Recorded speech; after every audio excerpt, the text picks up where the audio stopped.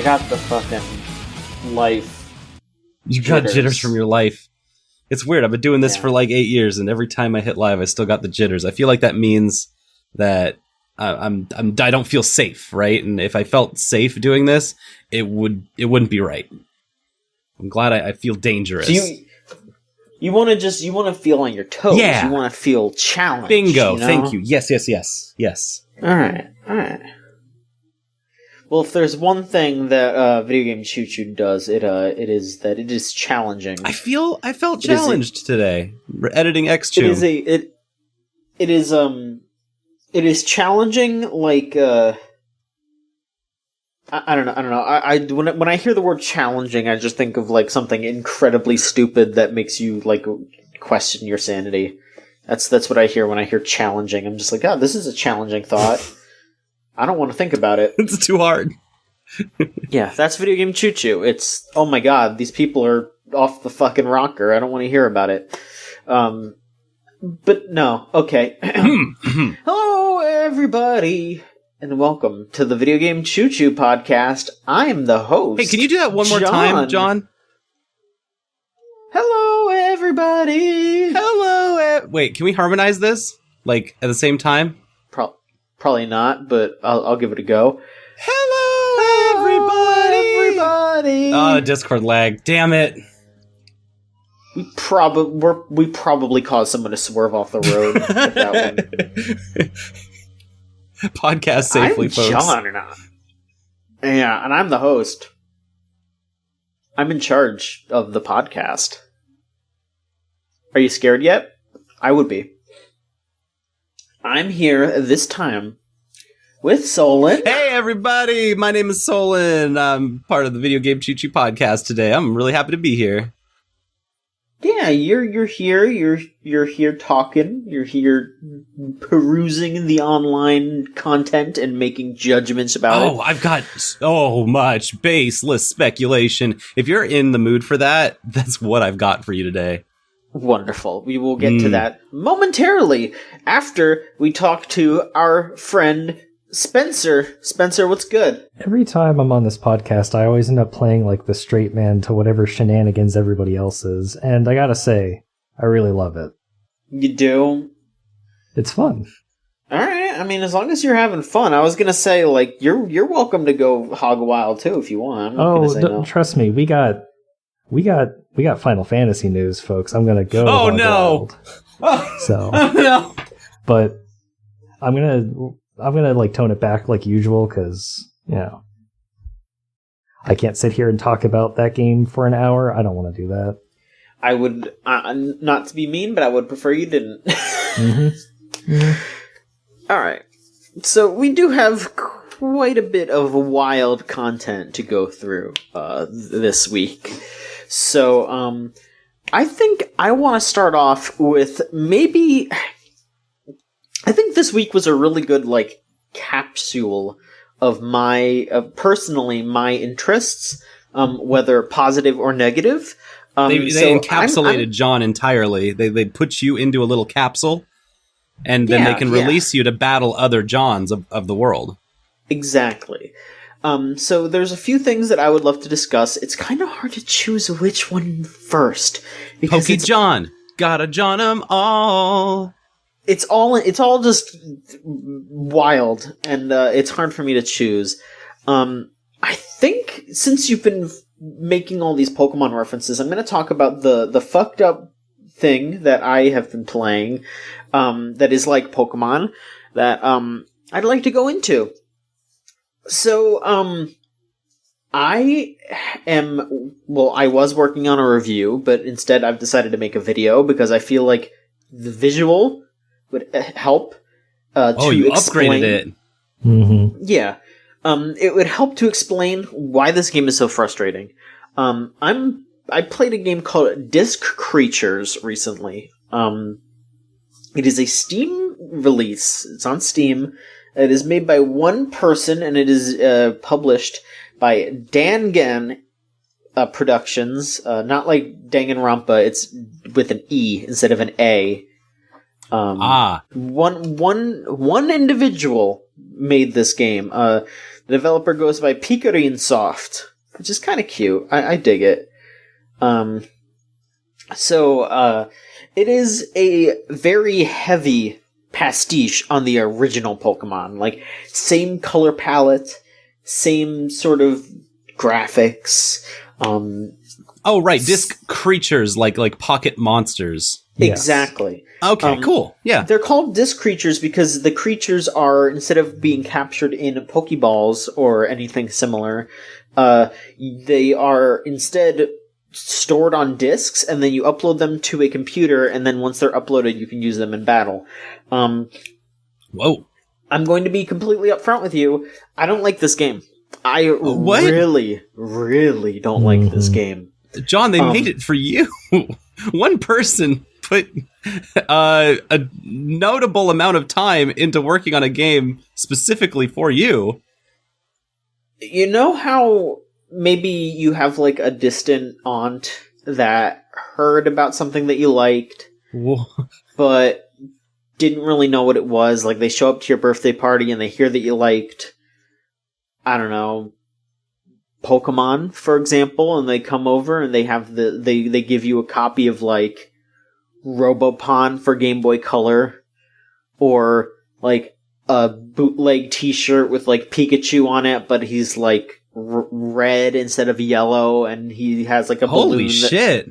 And he has a balloon that says like glory to Russia or something. Like, I don't know. Jesus. John, this is very damning so far. I don't know if, like, you showed me this game, and it didn't look that bad. I'm glad that you have a video review that you're putting this out on, because I think that really, really helps. Well, I will point out that by the time that I was showing, because we were just hanging out in a Discord call, so I decided to show it off. By the time that you saw it, I had picked up some gameplay upgrades. So I guess to explain how this game goes, it is similar to Pokemon. And I mean, to be fair, there were a lot of monster battler games that came out around that time. You know, like, once Pokemon came out, there was a craze, and people tried to capitalize on that craze. There were games like Robopon, and there was a fucking Sanrio one that only came out in Japan. There was, that, Shin Megami Tensei one, Devi Kids. That game's okay. When you describe disc creatures, it sounds like Monster Rancher. Yep. I wish it was Monster Rancher. Monster Rancher's good.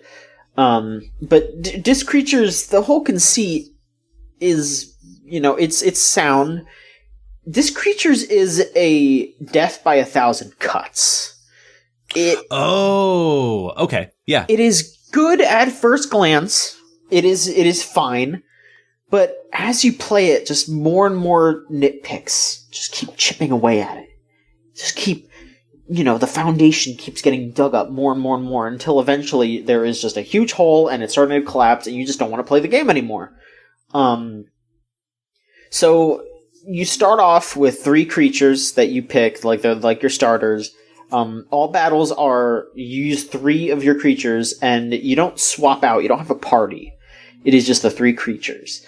And that makes it a little frustrating, because, you know, if you think about Pokemon, the way that Pokemon battles work is you have the 6 Pokemon, and then you do 1-on-1 battles, or maybe even 2-on-2, you know, nothing else really crazy. Like, they started to do 3-on-3, but those don't really happen very often. But the most you usually do is 2-on-2. And that is because they want you to try different Pokemon. They want you to have a party of different things, because that makes it so you can switch Pokemon out while you're training to stronger Pokemon, and those Pokemon at the front will get experience. That is not the case in Disc Creatures. If you're battling, you have all 3 of your monsters out at once. And if a monster gets killed or knocked out, they don't get experience. So if the random number generators just decide, oh, hey, we want to gang up on your weak creature, that creature's not going to get any experience. Oh, weird. Huh. And maybe the most baffling... I can't even say maybe the most, because there are so many baffling things in this game. Instead of having, like, PowerPoints or anything similar to that, there is a meter that is like an MP meter for each of your creatures. And when you start a battle, or when you first get a creature, they only have 10.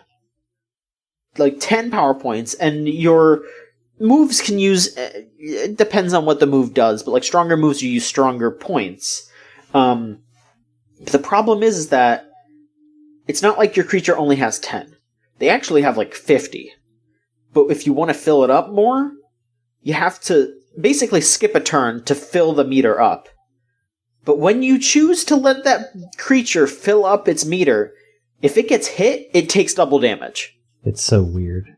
Wait, what? No, that doesn't... So, in a lot of RPGs, it would be the opposite. You'd hit the defend button to restore like a TP meter, like an action points meter, or something like that. And you'd get defended by that. So you'd skip your turn, and it would cost you that time. You'd take a hit, but it would be a weakened hit. And this game just does the opposite of that? Yeah, and I mean, like, maybe I would understand they would do that if there was, like, some sort of function where maybe you could, like, draw a hit or something. Like, there was, there's a chance, you could skip a turn and have one of your creatures... Like, obviously you're not skipping all of your creature's turns, so, like, you can have one creature attack, one creature recharge, one creature do something else, You can do those things. But, like I said, if your opponent just decides to hit your creature that's skipping a turn, it'll get knocked out, like, immediately. Right, and they would know how much, points that you have in that. Exactly. The bar's low. Exactly. So then, you'd have to just, like, roll the dice or whatever. It's very stupid. It's a very bad design. It reminds me of... I brought this up during when you were streaming it, John, but it reminds me of, like, the opposite of what Bravely Default does, where you have an option to defend on any or all of your party members, and when you defend, you get, like, a stack of, like, an extra turn that you can charge up to, like, 4 times. But when you're doing that defending thing, you actually, like, reduce the amount of damage you take. You don't take double, and you don't have to do it for every character. But it's also something you can just choose to do. You're not required to do it to do any of your other actions. Exactly. And, again, it's just like there's no... It doesn't feel like an added benefit. It feels like a frustrating wall that you have to progress through. And I'm as you wondering level up... if... And here's the kicker.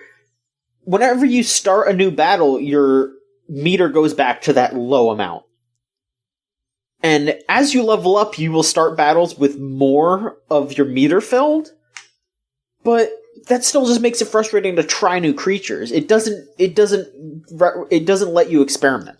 It diminishes experimentation because once you start leveling up, it's like, oh, well, I don't want to have to go through that bullshit again.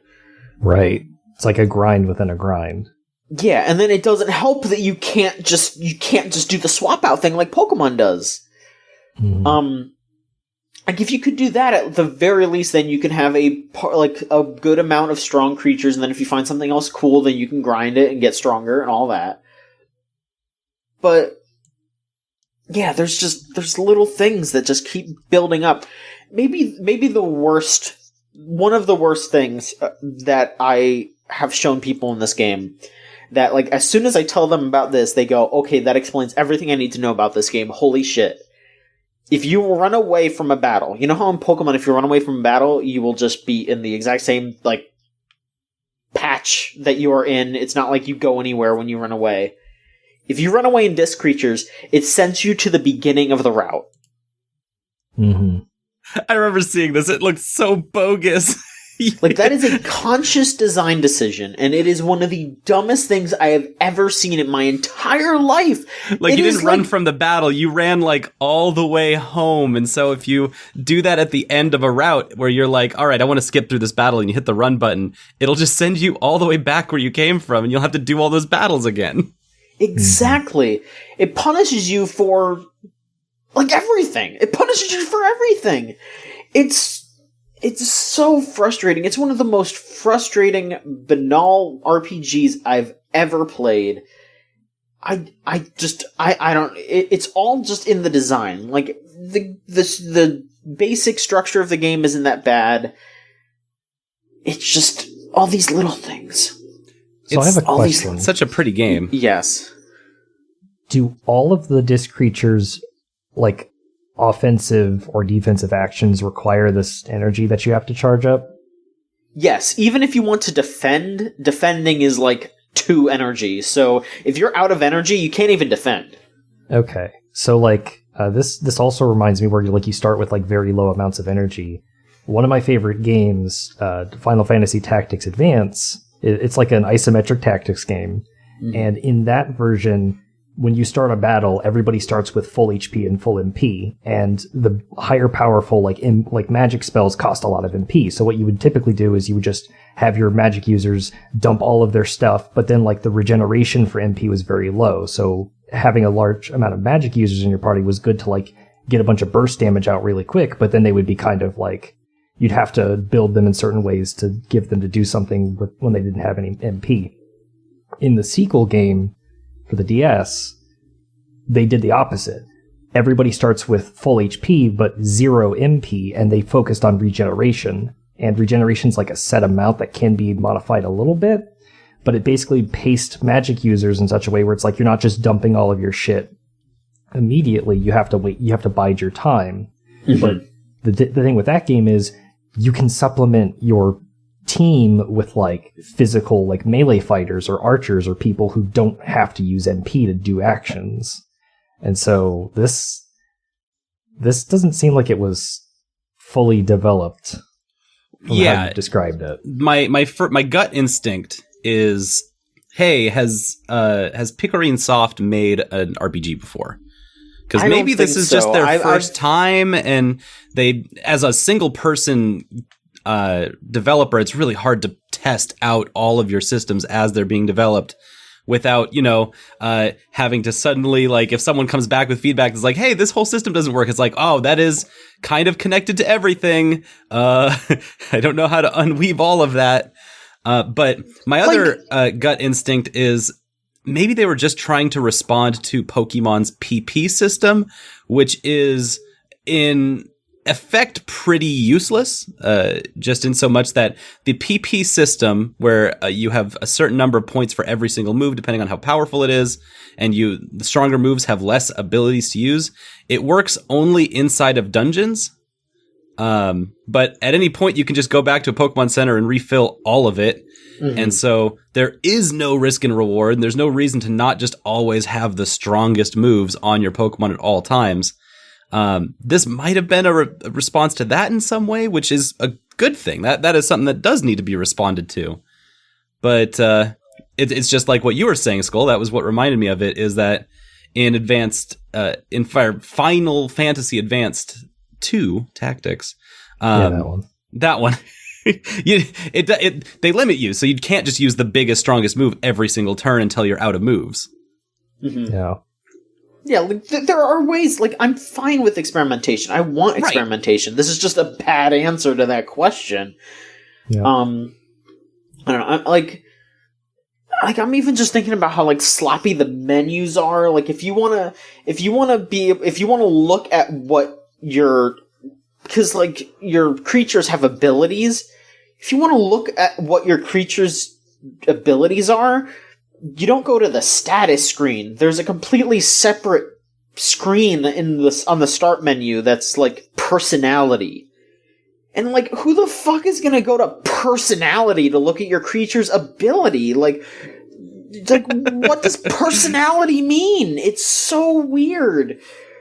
Everything about it is just so poorly designed. It blew my mind how frustrating that game was, and like every time I sat down to play, I just felt stressed. I was just like, this is not something I want to sit down and play. So yeah, I guess that is that are my feelings on Disc Creatures. I will I'm gonna make a video. Trixie and I are gonna sit down and play it. I think like probably like a day or so after this comes out, the video will be out. But I'm really excited to see how that goes. I would love to hear how Trixie feels about it too, because it's a game that's so frustratingly close to something brilliant, and I think that's probably what gets me more than anything. Because it's not that like the information is not there. It's not like there's like weird random stuff that's happening that you have no control over. You have control over everything, but it's all in like weird spots. So all of your creatures' abilities and stuff are all spread out in different panels, or the battle screen makes you look at the top of the screen, then the bottom of the screen, then the middle of the screen randomly, just like information's kind of thrown out there, but it all looks really pretty. So I want to enjoy this. I really, really do. But everything, you're right about the death by 1,000 cuts makes me not want to enjoy it. Mm-hmm. Why is it so hard for me to enjoy this? Just let me enjoy that kind of thing. Yeah.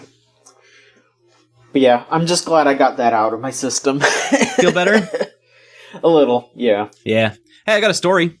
All right, hit me. I got a related story. When I was a kid growing up, I went to the county fair. And at the county fair, they've had one of those games where you'd like shoot a target with a water gun and it would make a horse move across. It was a horse racing game. And so we got a bunch of people together, and whoever won this won a stuffed animal from the carnival. And this was 2002, 2003, I want to say. So I was like 9 or 10, and I was really into collecting stuffed animals, and they had a Pikachu. And so I was like, oh, I need that. I want that Pikachu. But I got the Pikachu. I won the race. I was the champion of squirting horse race master person. Yeah. And when they pulled the Pikachu down from the thing, I realized this was not a Pikachu. This had no markings on the tail. There was no jag on the tail. It was just a straight line sticking out the back of the rump. Oh, no. It didn't have red cheeks. It was just kind of a yellow blob with like big, tall rabbit ears coming out the top. Most notably, it had boxing gloves. And I don't know if you know Pikachu recently or if there's been any changes, but I don't think I've ever seen a model of Pikachu with boxing gloves on its hands. No. Yeah, I've realized I did not get a Pikachu, so I did what any 10-year-old would do in this situation. And I took it home, I called it Pikachu, and I loved it. I loved it so much until it fell to pieces in about 6 to 7 months.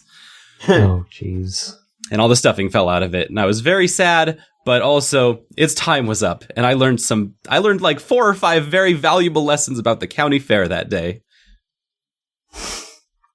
Well, I love boxing glove Pikachu. Rip Pikachu. Yeah, rest in peace. Spencer, what's going on with you? It's been a hot minute. What's up? So last time I was on the podcast, I mentioned how like I had gotten a new phone. I was getting into all these gacha games, like oh boy, Pokemon Masters, yep, Fate Grand Order, Azure Lane. I was considering getting into Dragalia, all the good stuff. Well, turns out Google might not be the best people for making phones. Wait. So, oh no. So I have a Pixel. That's the new phone that I have. Yes. And for the past 2 weeks, my phone had been saying, hey, I need an update. You got to feed me my update. And I was like, nah, not today. Well, earlier this week, I was going to sleep, and I thought, you know what? I'll update my phone. And so I pressed the update button, and then wait for it to go through the whole update process, and then restarted the phone, obviously. It gives me the lock screen that we all know and love. So I input my PIN, and press enter, and it flashes really quickly, goes to a black screen, and then the lock screen pops up again. And I'm sitting there thinking, that shouldn't happen. So I input my PIN again. Same thing happens. I input my PIN again. Same thing happens. I input the wrong PIN, and it recognizes it that it's the wrong PIN. So I'm like, oh, okay. It's not that I'm putting in the wrong PIN. I'm putting in the correct one. It knows it's the correct one, but it won't unlock. So I get out of bed, turn on my computer, and I open up Google, and I'm like, Pixel won't unlock. What do? And apparently, this is a problem that has been happening in the Pixel line of phones for like 2 years or so. I saw entries from like September of like last month, I saw entries from like March of last year. Like every so often, every time like there's an update, somebody's Pixel has this weird bug where it won't unlock.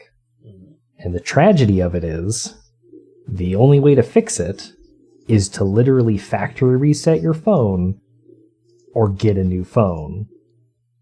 Oh no. I didn't want to deal with getting a new phone. Right. So I just factory reset a phone, because that's something that I, a human person, can do. Oh, this is But horrifying. Wait, how does that affect your gotcha stuff? Isn't that all like backed up on a cloud or something somewhere? So here's the thing. During the initial setup, I never backed up my phone on the cloud because I never thought I would have to deal with this problem. I mean, yeah, that makes sense. Now, I haven't checked to see if any of my gotcha stuff saved, but I would wager it hasn't, because nothing else on my phone was saved. I thought that all went to like an account somewhere online, and it would just be out there, right, in the cloud. During the setup, there's a part where it asks, okay, what Google account is assigned to this phone? And it's, my Google account. And then there's a section where it's like, you have to like check a few boxes to say like, how do you want to set up this phone? And one of them is like, recover data from this Google account.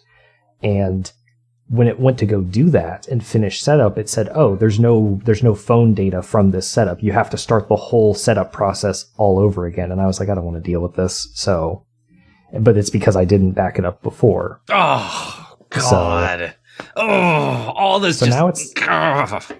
So the good news is that I wasn't that far into any of the gacha games that I had. So it's not like I lost a shit ton of progress or anything. Like strategically spread yourself out thin on them gachas. Yeah, it's not like, I imagine if somebody's listening right now and like, imagine if like all of the progress on your gacha game was just gone. Like that would be devastating for a lot of people. For me, it wasn't really all that big of a deal. The gacha game that I have the most progress in is Grand Blue Fantasy, which I play on a browser. So like that's safe. All right. And I have an account for that, so that's good. Oh, Everything God, else, that is though, hell. Yeah.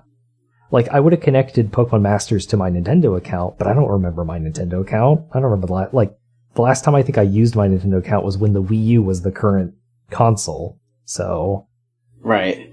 I couldn't tell you what it was. So yeah, that whole anytime that my phone locks up or my computer locks up, it's just like, all right, here goes the next week of my life figuring out what's going on with this thing now. Or just choosing never to update anything ever again. Yeah, basically. So I'm going to have to start those gacha games over again, which, again, in some cases is fine because I wasn't that far in them, but in other cases, like in Pokemon Masters, where I'd gotten to like chapter 4 or 5, the one with Erica from Gen 1, it's like, oh, I gotta go through all those battles again. I mean, the question is, did you like them enough to want to do them again? Was Pokemon Masters good to you? Okay, I'll tell you this. The fun thing about Masters is it's a good version of real-time Pokemon combat. In my opinion. Those triple battles. It's triple battles, which is like, something like John referenced it earlier, like they kind of experimented with triple battles in Gen 5, but in Gen 6, like literally the next gen after, there was like one house where you could go and do triple battles with an NPC, and that was it. I don't even think they had triple battles in online for Gen 6. Because it's like, it's too complex compared to like double battles. Like single battles is very, straightforward. Then you have double battles, which adds a little bit complexity, but then triple battles, and it gets to be a bit more of a mind cluster. Yes, so, I completely understand what you mean. I find double battles to be the most elegant way to competitively play Pokemon at the maximum level. And triple battles would seem like, it's that, but even better. And just somehow it's just too many bodies. Like in triple battles, you have to like rotate your fucking Pokemon. Like, that's a whole other thing. There's rotation battles too. Yeah. And rotation battles actually kind of sick as hell. But I thought they sucked ass, but whatever. They're cool, but they're not like something I ever want to do. It's work. Why would I see the problem? Like the main problem with Yeah. The main problem with triple battles is like usually like the Pokemon on the far left can't hit the Pokemon on the far right. Yes. So that's where a lot of the frustration comes from. So you have to like switch them as part of, you have to like switch their placement, which is not fun. Yeah, which you don't have to do in double battles. There's something that's not very pretty about having to play the shifting cups game in a triple battle. Yeah. It's like, oh, which Pokemon's under which cup now? Oh, surprise, I switched them. I used my turn instead of attacking to switch for some reason. I don't know. But in rotation battle, when it's 1-on-1, but they're all on like a disc that spins, that's just Rock, Paper, Scissors 2, the sequel to Rock, Paper, Scissors. Mm-hmm. I'm just imagine in your head, squad battle Rock, Paper, Scissors tournament, where you got 3 people, you got you and your 2 best friends, the crew, on a big spinning disc in a giant death tournament in Rock, Paper, Scissors. And y'all spin your disc and suddenly, boom, your guy with scissors on your right totally smacked the dude in front of you who put paper down like a fool. I'm just saying, rotation battle's sick.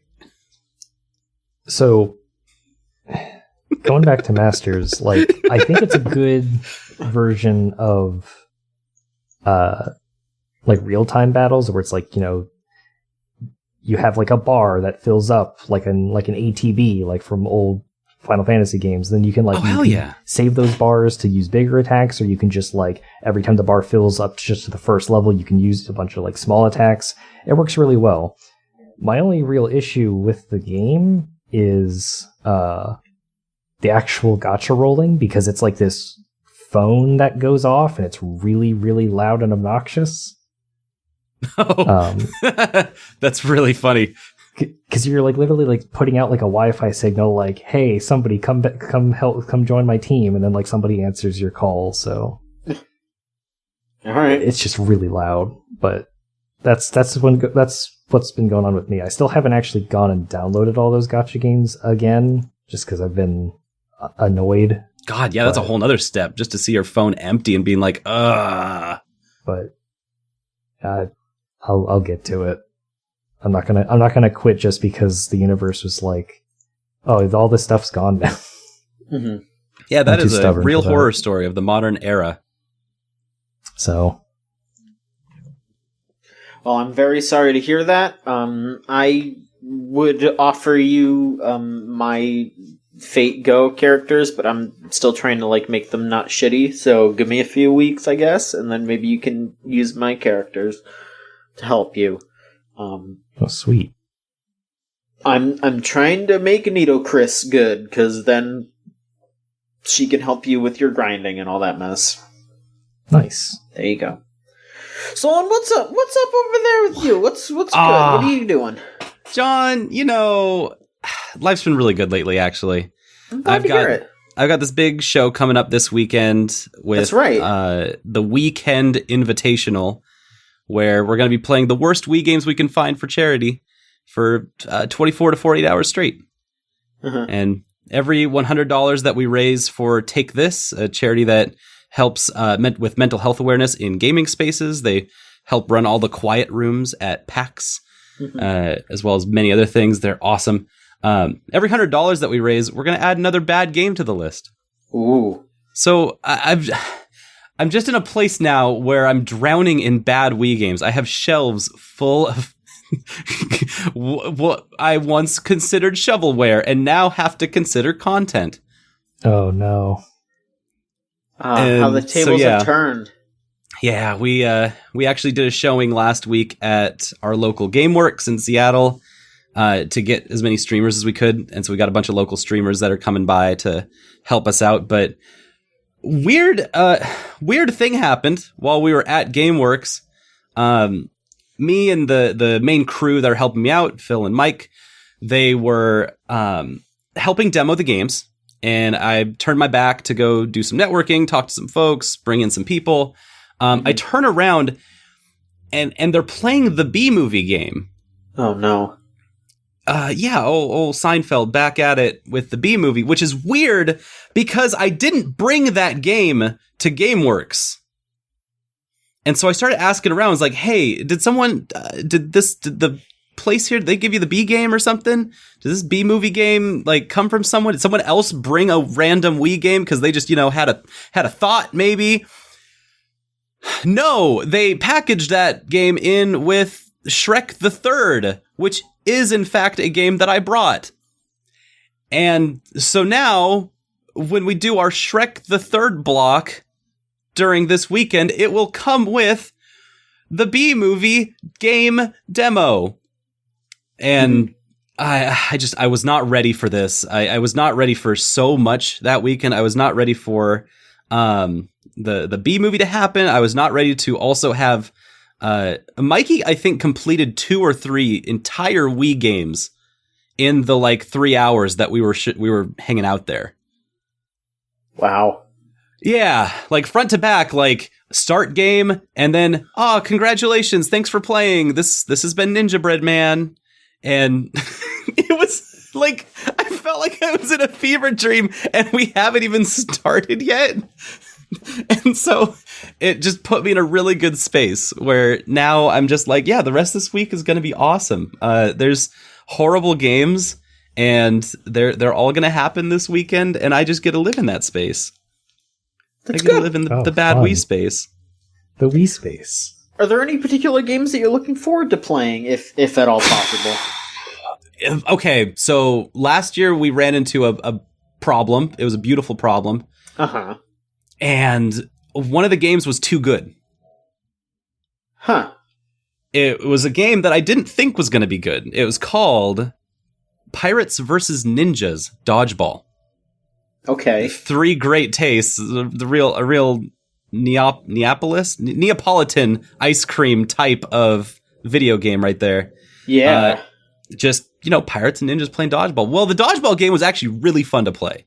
Oh, no. It had an extremely good balance, almost like a good Mario Party mini game, or really like a bad Mario Party or a Mario sports game, almost like a really toned down version of that, where it's okay, I get ball. I can either jump and try to get a high angle on my opponent who's trying to defend themselves and catch the ball, or I can just throw it straight at them. So there's just this nice little meta that you could play on every single little interaction. It was oh shit, Pirates versus Ninjas Dodgeball was actually a really good game.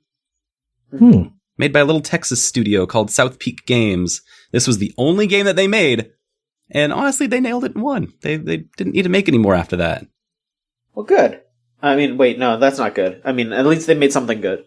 Yeah, right? They put something good out and they were all right, we're done. We did it. If somebody if grandma bought that for their kid because it was cool, ninjas and pirates and zombies are in this, that kid would actually have a good time playing this shovelware. That's the dream right there. Mm-hmm. So I gotta make sure that doesn't happen again this year. Gotta make sure that you're only playing the shittiest games. That's not true, actually. That is going to be one of the games we play, but it's going to be an unlockable game. Oh, all right. To give us some games, peace. You have to donate for the good games. Yeah, if I go look at that schedule, let me see where I put it on the list. Oh, yes. I literally put it at the end of the worst games that we have block to start off the sports block.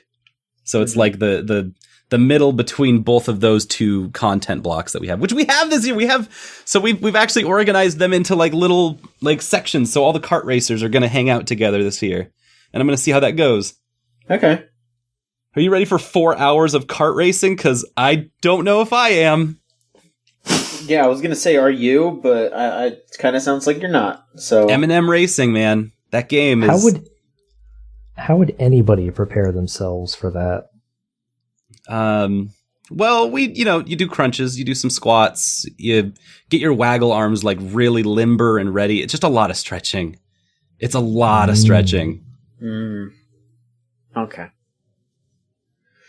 Well, I wish you well on your adventure. Thank you. Please don't fling your Wii remote into any TVs or anything.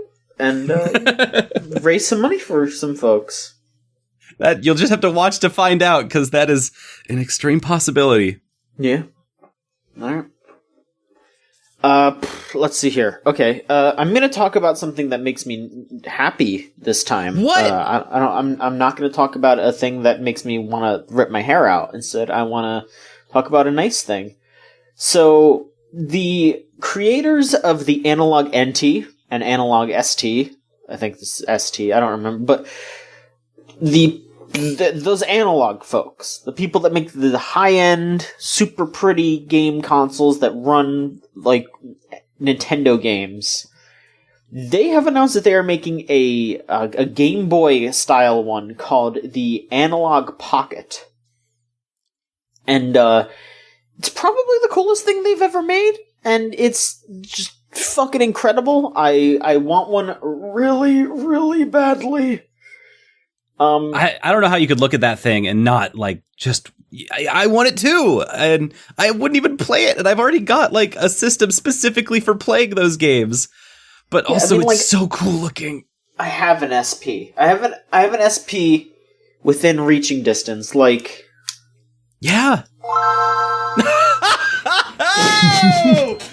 That's how close. That is how close my SP is to me. But there are things about this console that are additions that can, make it a little bit more of an improvement, I would say. Like being able to play Game Boy Advance games and Neo Geo games. Yeah, so the SP can play GBA games. It is a Game Boy Advance. So don't get it twisted. I thought that was the Game Boy Color SP. Oh, no, I know what you're talking about. Yeah. Yeah, the Game Boy Advance SP.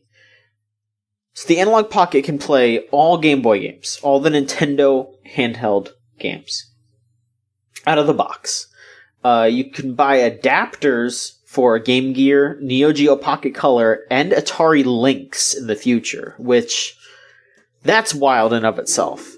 They also said that there will probably be adapters for other classic portables. I would be absolutely amazed, but also probably not too surprised if they didn't go for like Wonder Swan. That would be really sick.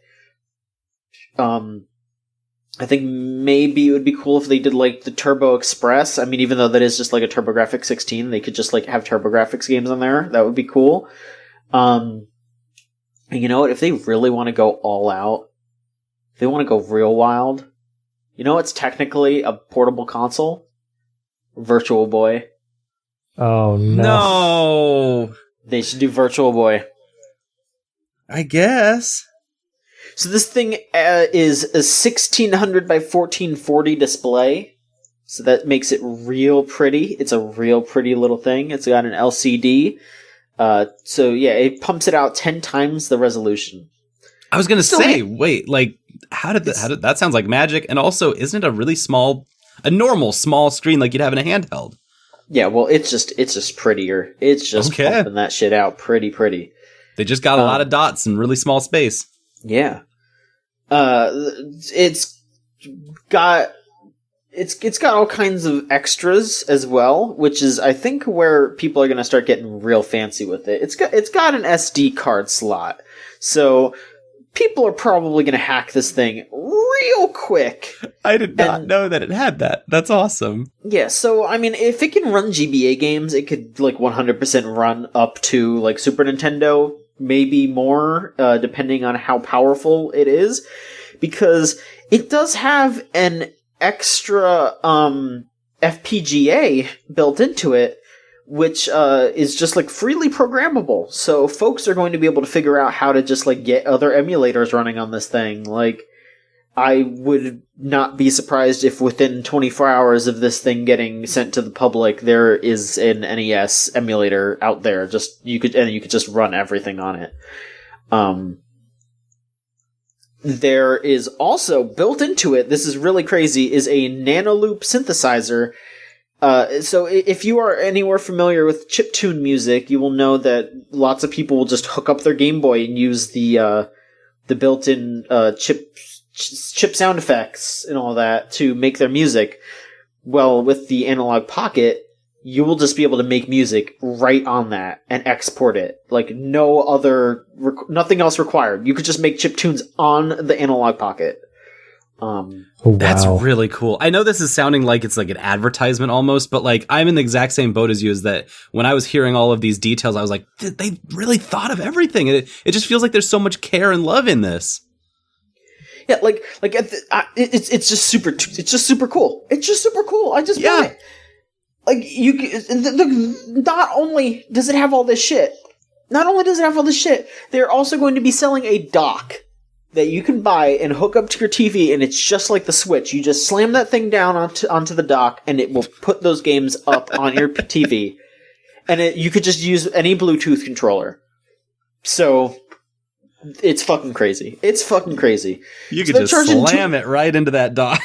Just tomahawk from up above. Bam! Boom! It's on your TV now. I love that they took so many lessons from the Switch, and the Switch has only been around for like 2 years.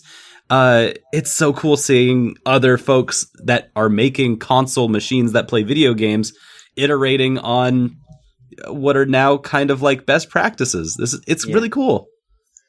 So yeah, the thing's $200. It's out next year. Fucking cool. How you gonna pay $200 for a Game Boy in 2019, 2020? Oh, when it does everything. I can't even argue with that. Like, all right, you picked the right price point for this. I love how it looks, like the pictures they've shown of it. It looks like a Game Boy Pocket, which was the first console that was mine, that was purchased for me. So it looks like a bougie Game Boy Pocket is what it looks like. It looks like cash money. Yeah, it looks like Game Boy Pocket had a serious glow up. It looks really good. Gucci Pocket. Mm-hmm. Yeah, that is going to be an item that I will procure. I think. I'm looking forward to trying that thing out. Doesn't it have like a link cable too as like part of its thing? Yeah, I think it straight up has a link cable, like not even an adapter, just like a regular ass link cable, like, hole. So you can trade your fucking Pokemon with this thing. It just works. It just works. It sounds like something that I could totally use to play, like the GameCube connector Game Boy Advance games. Yeah, you could use it to play Crystal Chronicles. Or like Four Swords? Oh, yeah, Lord. You can! You do Animal Crossing shit with this thing. Yeah. Yeah, I'm very excited about that. Analog, hit me up. You know where to find me. Sometimes the future's good, I will kiss it right on the screen. Tuck it into bed. Square on the screen. Yep. There you go. If you don't want me to do that, well, too bad. Yeah, it's $200. You can do whatever you want with it at that point. Yeah, exactly. Skull, what else is good? What are you up to? So I'm gonna hijack the podcast here for a little bit and talk about 14 news. Final Fantasy 14. So, like I suspected, the next patch for the game is going to come out on the 29th of this month, so in about 2 weeks. And this is the first big content patch they've added since the Shadowbringers expansion launched, and there's a bunch of shit in it. Like a bunch of like fixes and stuff from the Shadowbringers launch, and then like a bunch of Halloween stuff probably. Well, the Halloween events actually started yesterday, I think. Easy. There you go. Yeah. The Halloween event, I'll talk about that a little bit. It's just like a nice little... Because the whole thing with the Halloween event is literally you have like demons from the void who are masquerading as people who are trying to like bring about like the literal summoning of like the 14 version of the Great Pumpkin. I'm not even kidding. This is the lore. That sounds pretty I good, was going to actually. make a joke that was what they were doing, but like the problem is that like they're kind of bad at their job, and so what ends up happening is like, yeah, this is a really big terrifying thing, but it's really just played off of, they're just kind of incompetent demons who are like masquerading as people, and they just kind of throw a carnival, and and so all the townsfolk get really excited, and they dress up as spooky, scary like monsters and stuff, and everybody loves it. That's exactly the plot to Charles Schultz's famous comic Peanuts.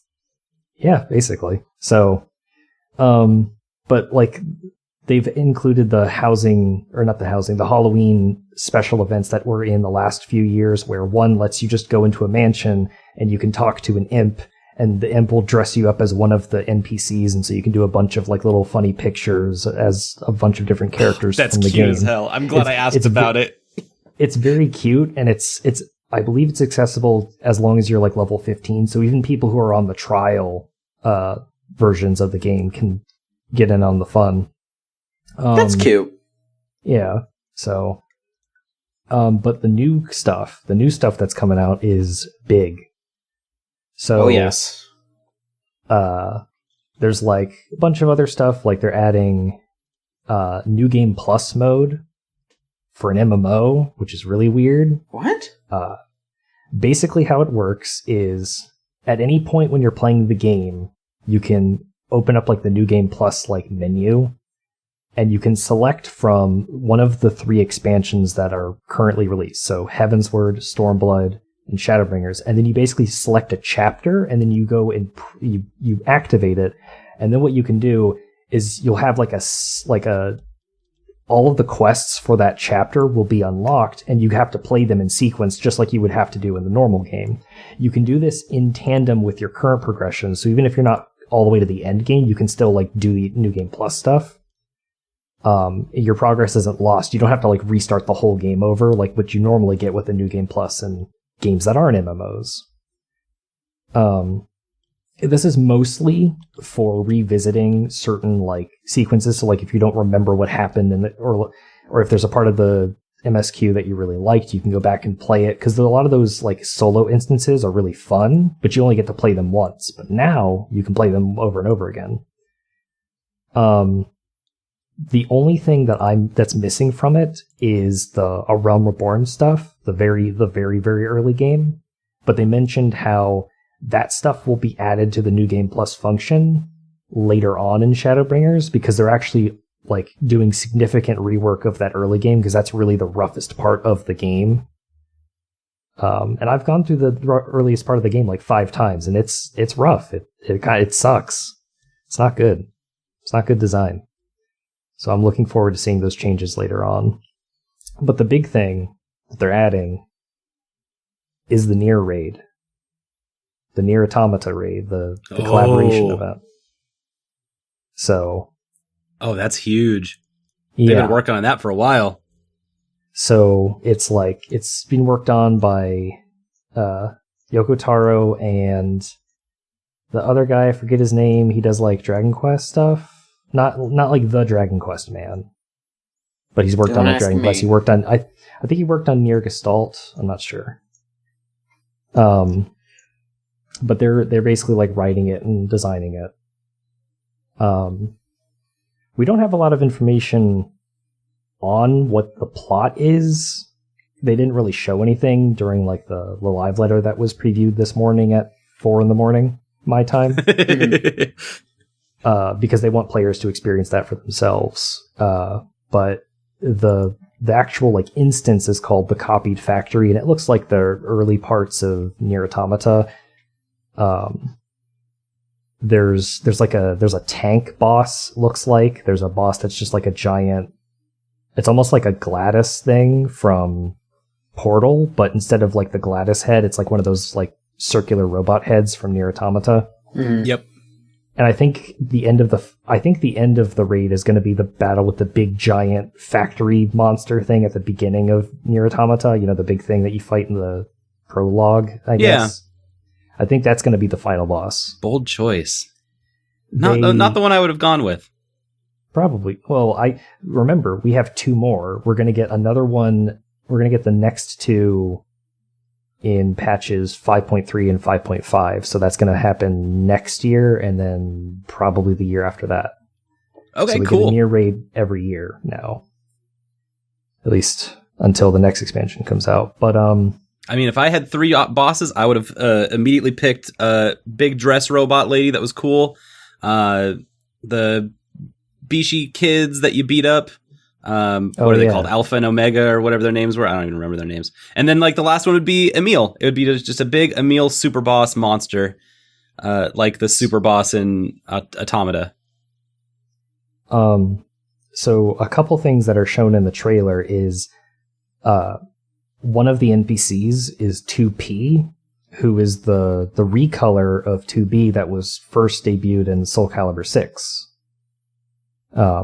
Where like they added 2B as like a DLC character for Soul Calibur 6, and one of the palette swaps in that game is like 2B, but her skin's darker, her hair is black, and then she wears white clothing instead of the usual white hair, pale skin, white black clothing. I hadn't heard about that. That sounds cool. And then like I guess I don't know like whether this was a development thing or it was a community thing, like a fan thing, but people started calling this color 2P because like when the second player if two people pick to play as 2B in Soul Calibur 6, one person by default has 2B's regular coloration. Oh, that's really clever. And player 2 has the 2P coloration. But in Final Fantasy, like this character is called 2P. They showed her name. Oh, canonized. Yeah. That's really amazing. Oh, they get to be their own character now. Yeah. The only problem is, as people have pointed out, she's kind of pale. She's lighter skinned than the original Soul Calibur version. And it's weird because the promotional art has her having fairly like brown skin. But in the model in the trailer and on the website, they have like little splash art of her. She's pretty pale. She's like kind of tan in the game, and she's really pale. Like she's white on the promotional site, and it's whitewashing basically, which isn't great.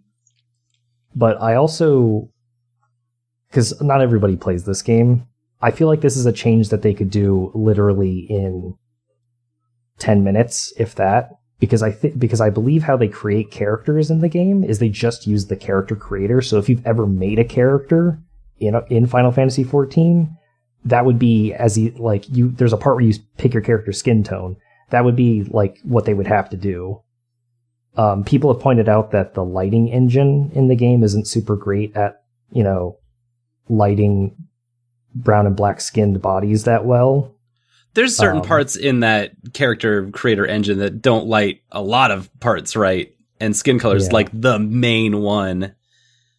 And that's been an issue that's been prominent in a lot of forms of media. It's been an issue with video. It's been an issue with photography.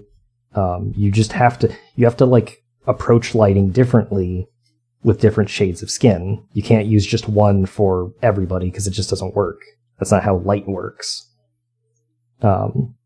So it's pretty unfortunate. But also it's like the first day of this, so you're hopeful that things will change. I'm hopeful that people will make enough of a stink about it that they will be obligated to change, because I don't know why this was something that happened in the first place. Like nobody, like if you wanted to use like a pale 2B, you could have just used 2B. You didn't have to use the recolor, True. So it feels really weird and out of place. Yeah, probably something they just didn't even think about. They didn't even think twice about it. They were just like, yeah, 2P, white clothes, done. And so hopefully they made it, if people make a stink about it, they can just switch it real quick. Also, there's a giant fucking ape mount that you get now. What? Oh, hell yeah. There's literally just a fucking ape that carries you in one arm and it flies. Oh, it carries you in an arm. When you said mount, I thought you meant, you mount it, but no, it carries you like a barrel, like Donkey Kong carries a barrel. So like in Stormblood, they introduced this mount that you got from PvP where it's like a mechanical gorilla that has a jetpack that carries you. But it's like its animations are based off of the actual just regular ass fucking giant gorilla that they modeled way back in 2.x. And so now that's just a mount now. You can just fucking get it. You can just get a fucking flying ape mount and it rules. That's so good. So that's pretty much all that's there that I really want to talk about. Like there's like other specific things I could go into, but like, those are the big things, really. Yeah. The Nier raid, the New Game Plus stuff, the giant fucking ape. So yeah, the ape. I think Rose and I will talk more later once the patch is actually out and we have a chance to get our hands on it. God bless. Now, you are playing Nier Automata now, is that correct? So when Nier Automata was new, I got it like day one, and I started playing it. And I initially had to like take it really slow due to scheduling issues, but there was one night where I was basically just able to plow through all of like the A ending, I think is what the terminology is. Yeah. Like the first one, like with your first playthrough. So I got through all of that, and then I started on like the second playthrough, and then I was like, oh, this is one of those games. Yep, that's usually the wall people will hit. So I got a little bit into the second playthrough, and then I stopped. And so what I'm going to do in preparation for this Nier raid, so I can like... Because I've wanted to like finish Nier Automata for a long time. Oh yeah, like, you and everyone else. That's a normal use case for that game. You're not alone in that. Like, I don't want to get too like down on people, but one of my best friends like passed away 3 years ago.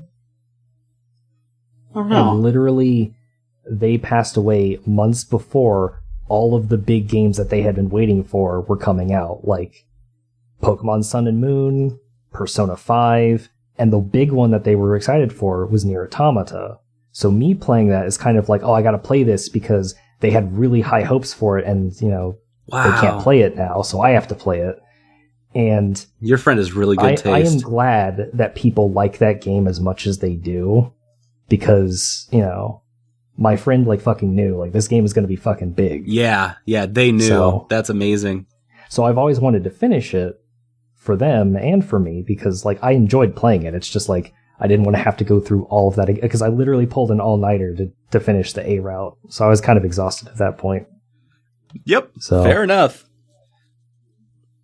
No, go save those robots because they want your help. They're good robots, and you're gonna really like hanging out with them in the B route.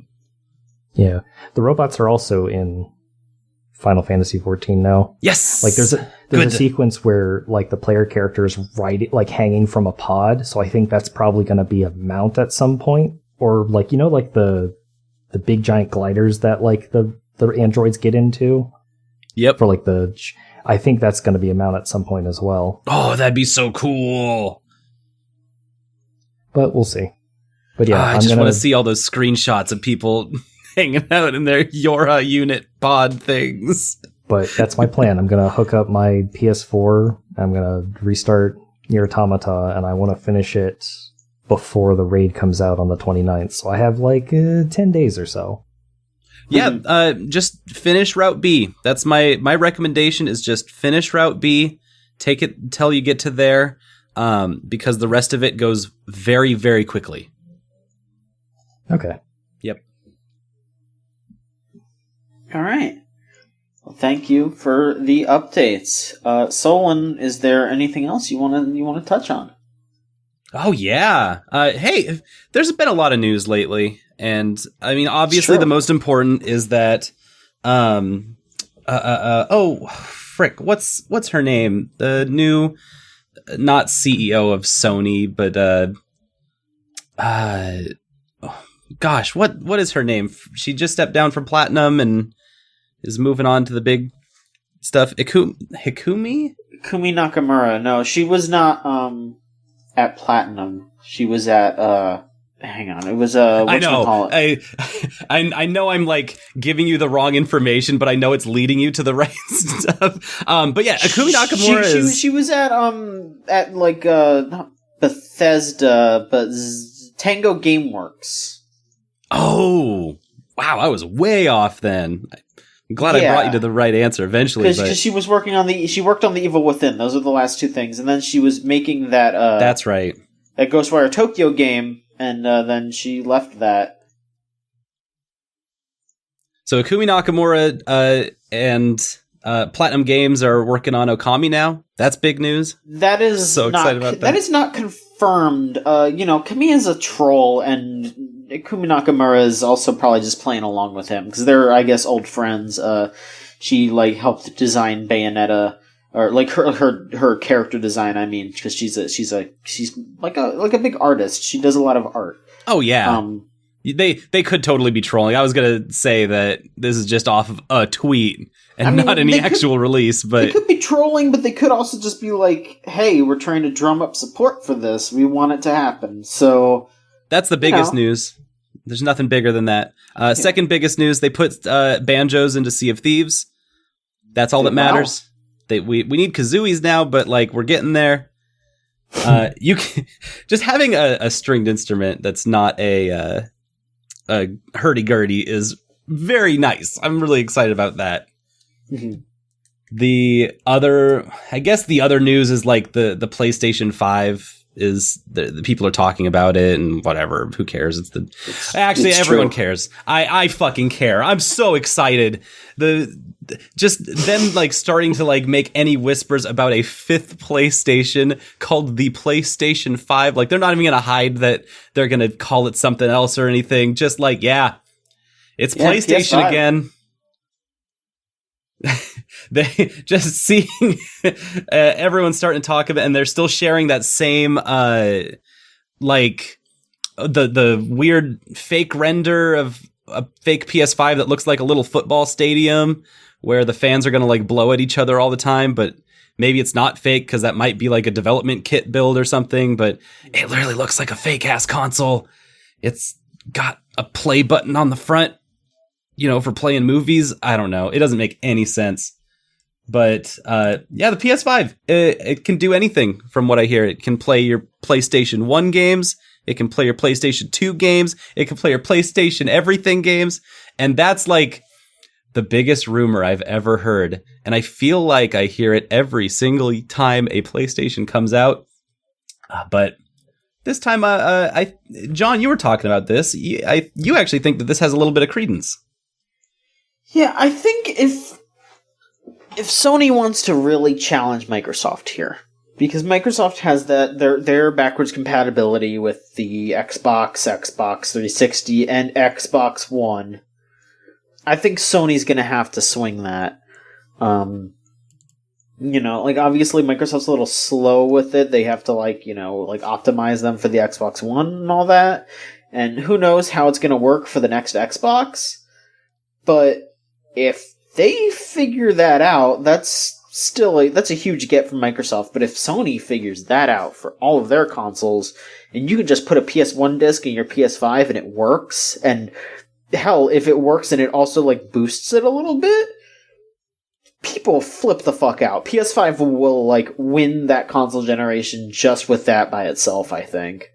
So I really love that idea. I have no faith that would happen, but you're completely right. Strategically speaking, if they wanted to make a console that could really stand a big test, especially looking at how the Xbox is shaping up and looking at how the Nintendo console is shaping up, and knowing that Sony as a console developer loves to push their technology to the limit, that there's part of that makes sense. Mm-hmm. The only thing that gets me stuck is I have no idea how they would emulate PS3 games. I don't think anyone does.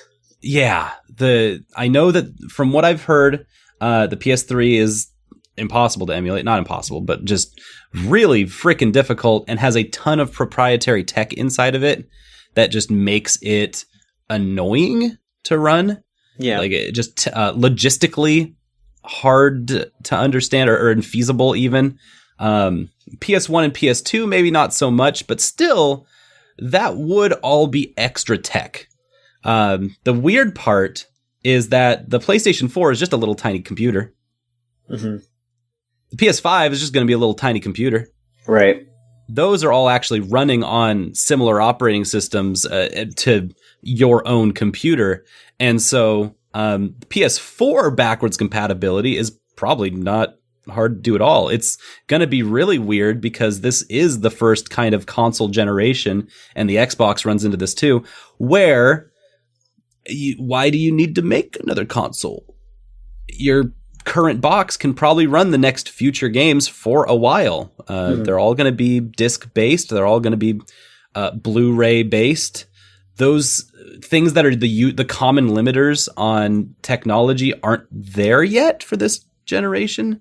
The only things that they can add is, tougher processing power to make the games even bigger and better, but that doesn't limit you, right?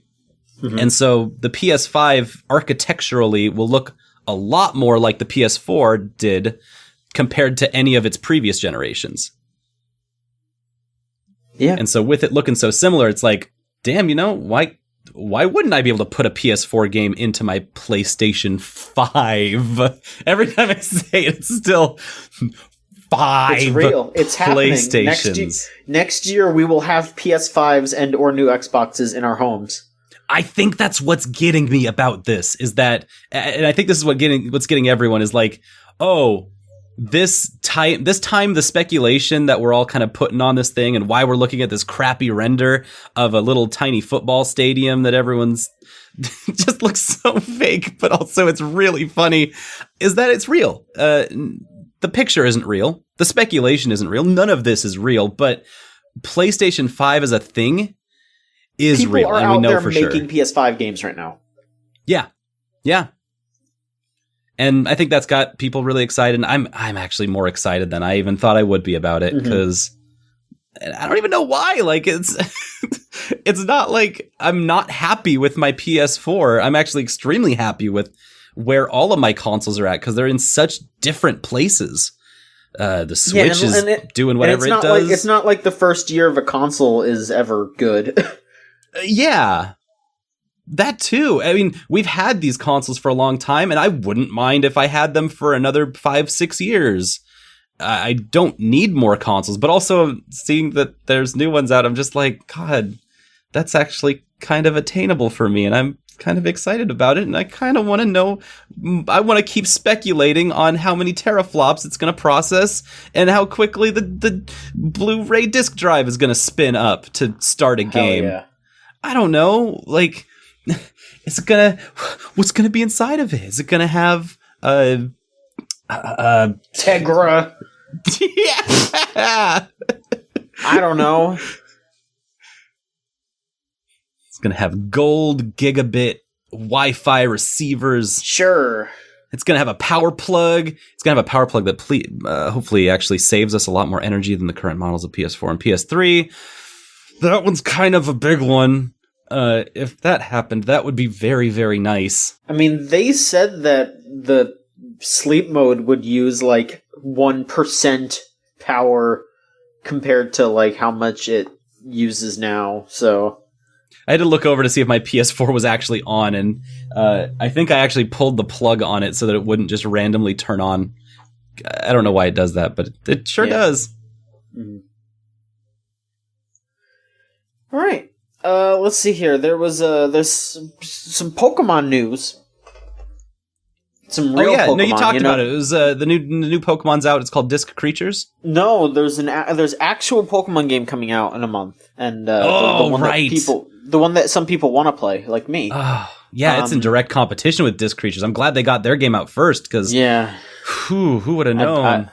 I bet they're real happy they got that out when they did. So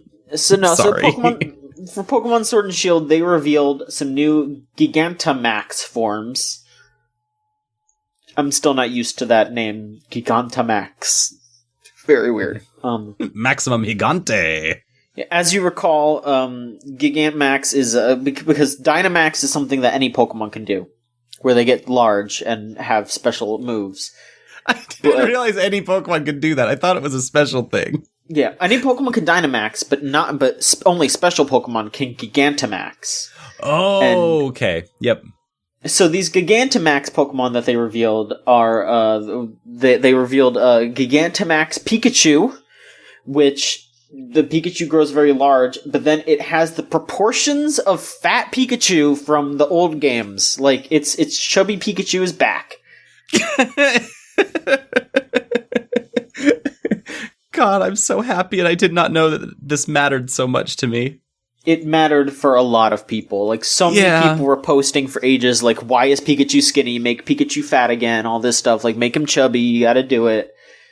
But they listened, Nintendo listened, Game Freak listened, and now Gigantamax is the chubby Pikachu that we want. It's not the chubby Pikachu that I want. What's the chubby Pikachu you want? A regional form, so it can be a Pokemon outside of a gimmick that will probably not be in the next generation after this one. Fair. You just, in this new world, you want the Pikachus to just naturally be like a little squatter and rounder? Yeah. Yeah. Kind of like, you know, how squirrels have regional differences, you know? Roundness is goodness. Mm-hmm. You don't want it to be this special, like, on a pedestal thing. You just want it to be a normal thing. Mm-hmm. I believe that. That makes sense. So not only do we have this Pikachu, but we also have an Eevee, because the way that the Gigantamax Pokemon for these, you get them by having either Let's Go Pikachu or Let's Go Eevee save files on your console. Oh, that's how they get you. Yeah, depending on which one you have, you get that one. So the Eevee is okay. The Eevee's also kind of sort of based on its Gen 1 sprite. It's like its chest floof is way bigger and it has taller ears. So it does kind of look like its Gen 1 sprite. They fucked it up. I'm so mad now. There's two things. One, they're gonna make people buy Let's Go Pikachu, Let's Go Eevee, and you're gonna have to own both of them to have.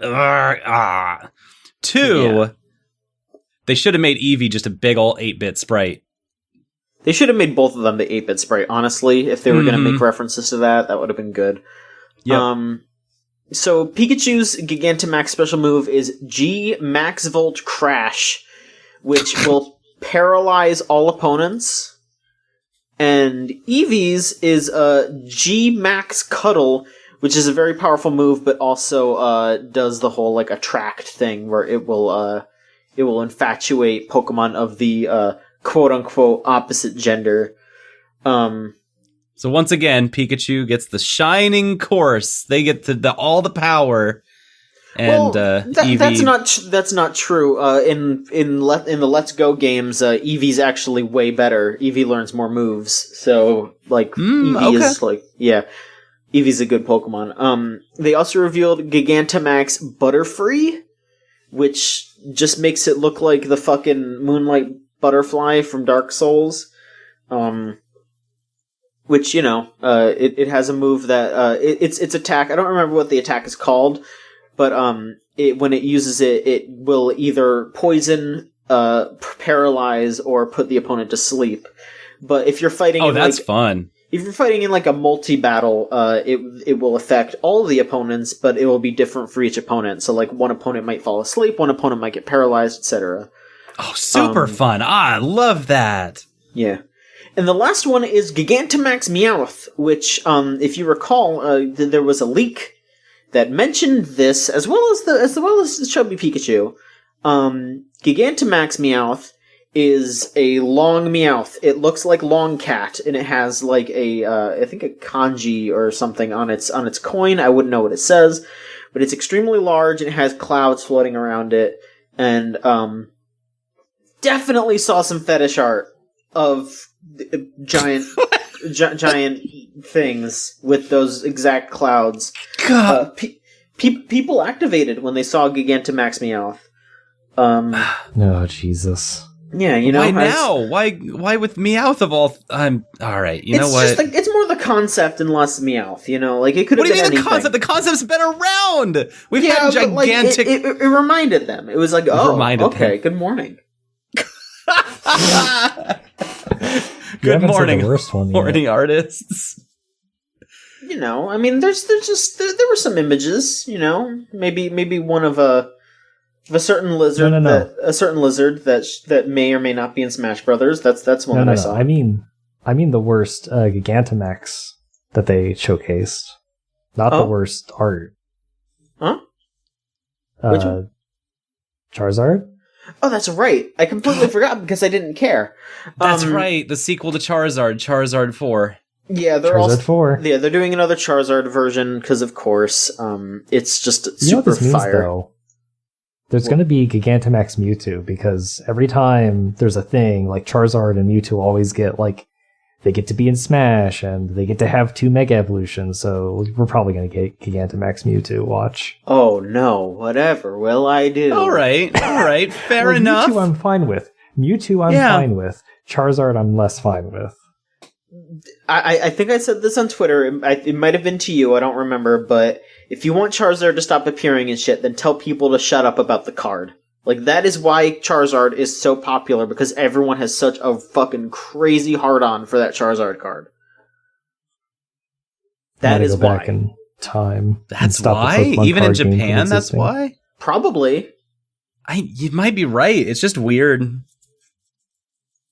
But, yeah, I mean, one thing I will say is that, like, this was very Gen 1 focused, but they revealed this during Game Freak's, like, 30th anniversary event.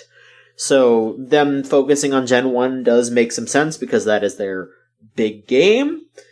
But, yeah, I understand. I do understand people being sick and tired of Gen 1. I do wish that they would focus on things that weren't just Gen 1. But, I don't know, we'll see. We'll see some more Pokemon. We'll see some new regional variants. And, I mean, the game's coming out in a month. So, we'll definitely see more as time goes on.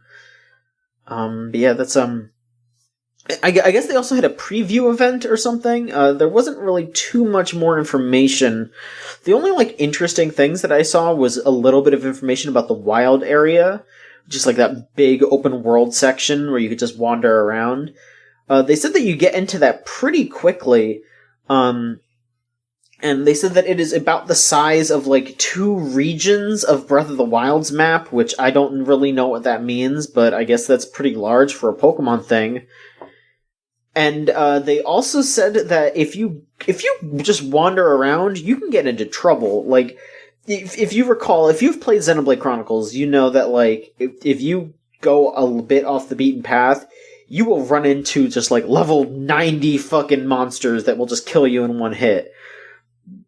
I don't think it's as bad in Sword and Shield, but they said that if you go off and just wander around, you can find just, like, level 50 wild Pokemon in the wild area with like, nothing, no, like, big warning or anything. No, like, okay. No wall to stop you.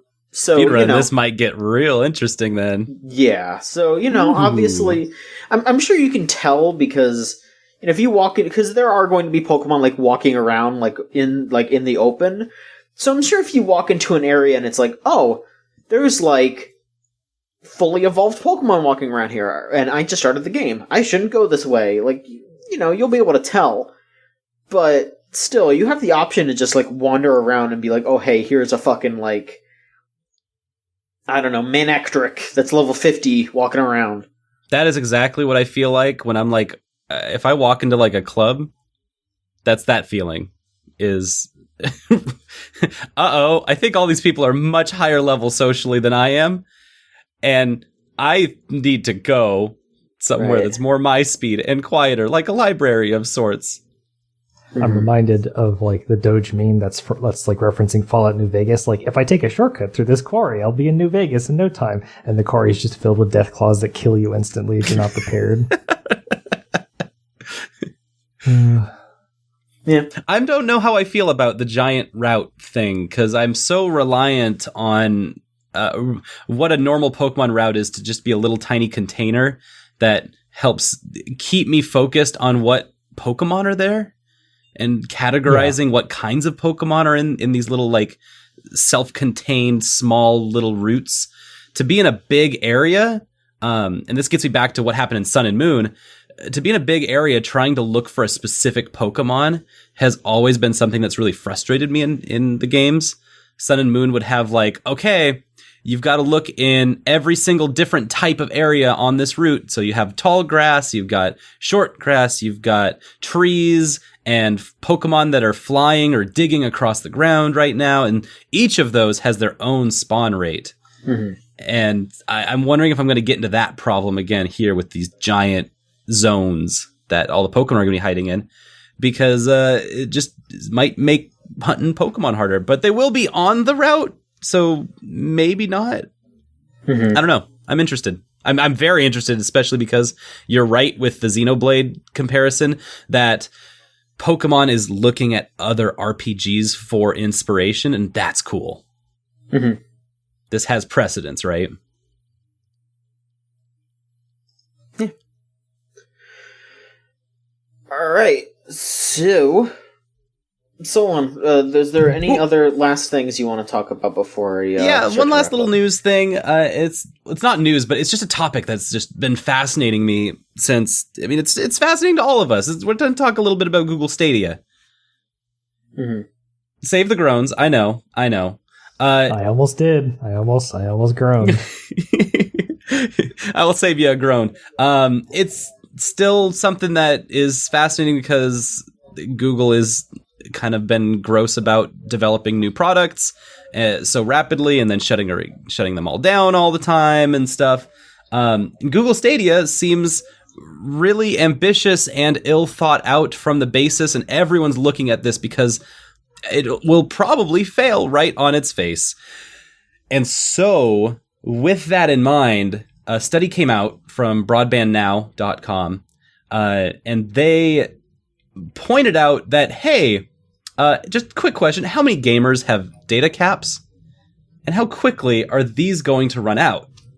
So, according to the NPD group, I don't know if I'm familiar with that acronym. According to what statistics are saying, 34 million gamers play 22 hours per week on average.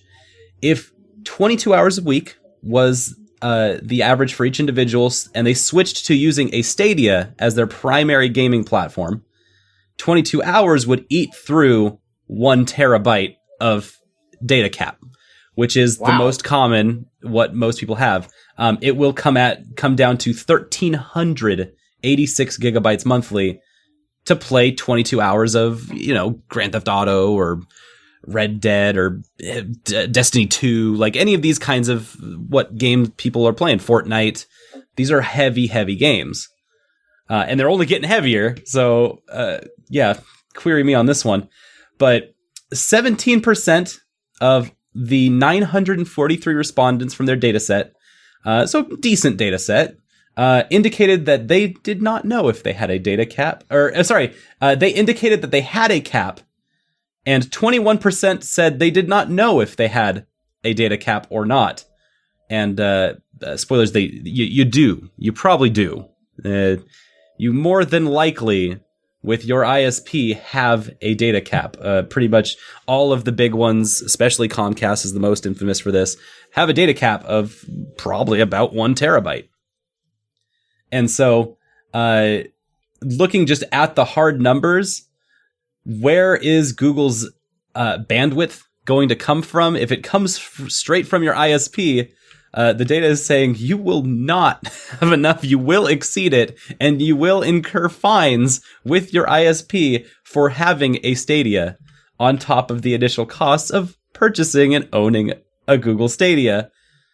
And so I'm just looking at this like, wow, yeah, the numbers here are just, they make exactly the same amount of sense that we were all kind of expecting. And I'm just very glad to see that other people are looking at this too, making studies about this, even because these are things that we can control right now before the Stadia even comes out, beyond just our normal fun, hacky speculation we love doing. There's a lot that would say that people just people are not prepared for Google Stadia, but in a completely different way than we're used to talking about people not being prepared for streaming games. Like live streaming gaming services have been out for a long time. We've seen them before.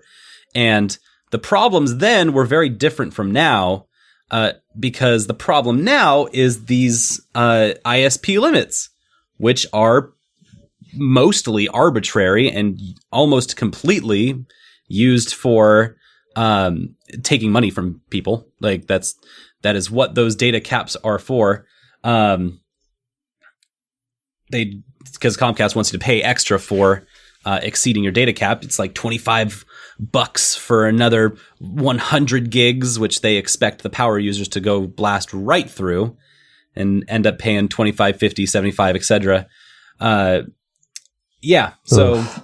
that's kind of, I'm wondering where that's going to end up, and I'm just really glad to see that people are doing the data, they're running the numbers, and trying to get it out there so that at the least we can do is make sure that people, before they buy a Google Stadia and before they invest in cloud gaming through their, just strictly through their internet router without a console or anything to mediate it, just make sure you know what you're doing with your internet.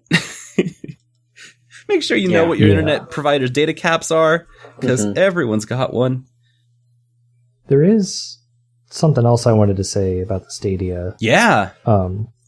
So the vice president of engineering for the Stadia, I think this is pronounced Majd Bakar. I'm not entirely sure on that. It was like a couple weeks ago, did an interview, mentioned a phrase, negative latency.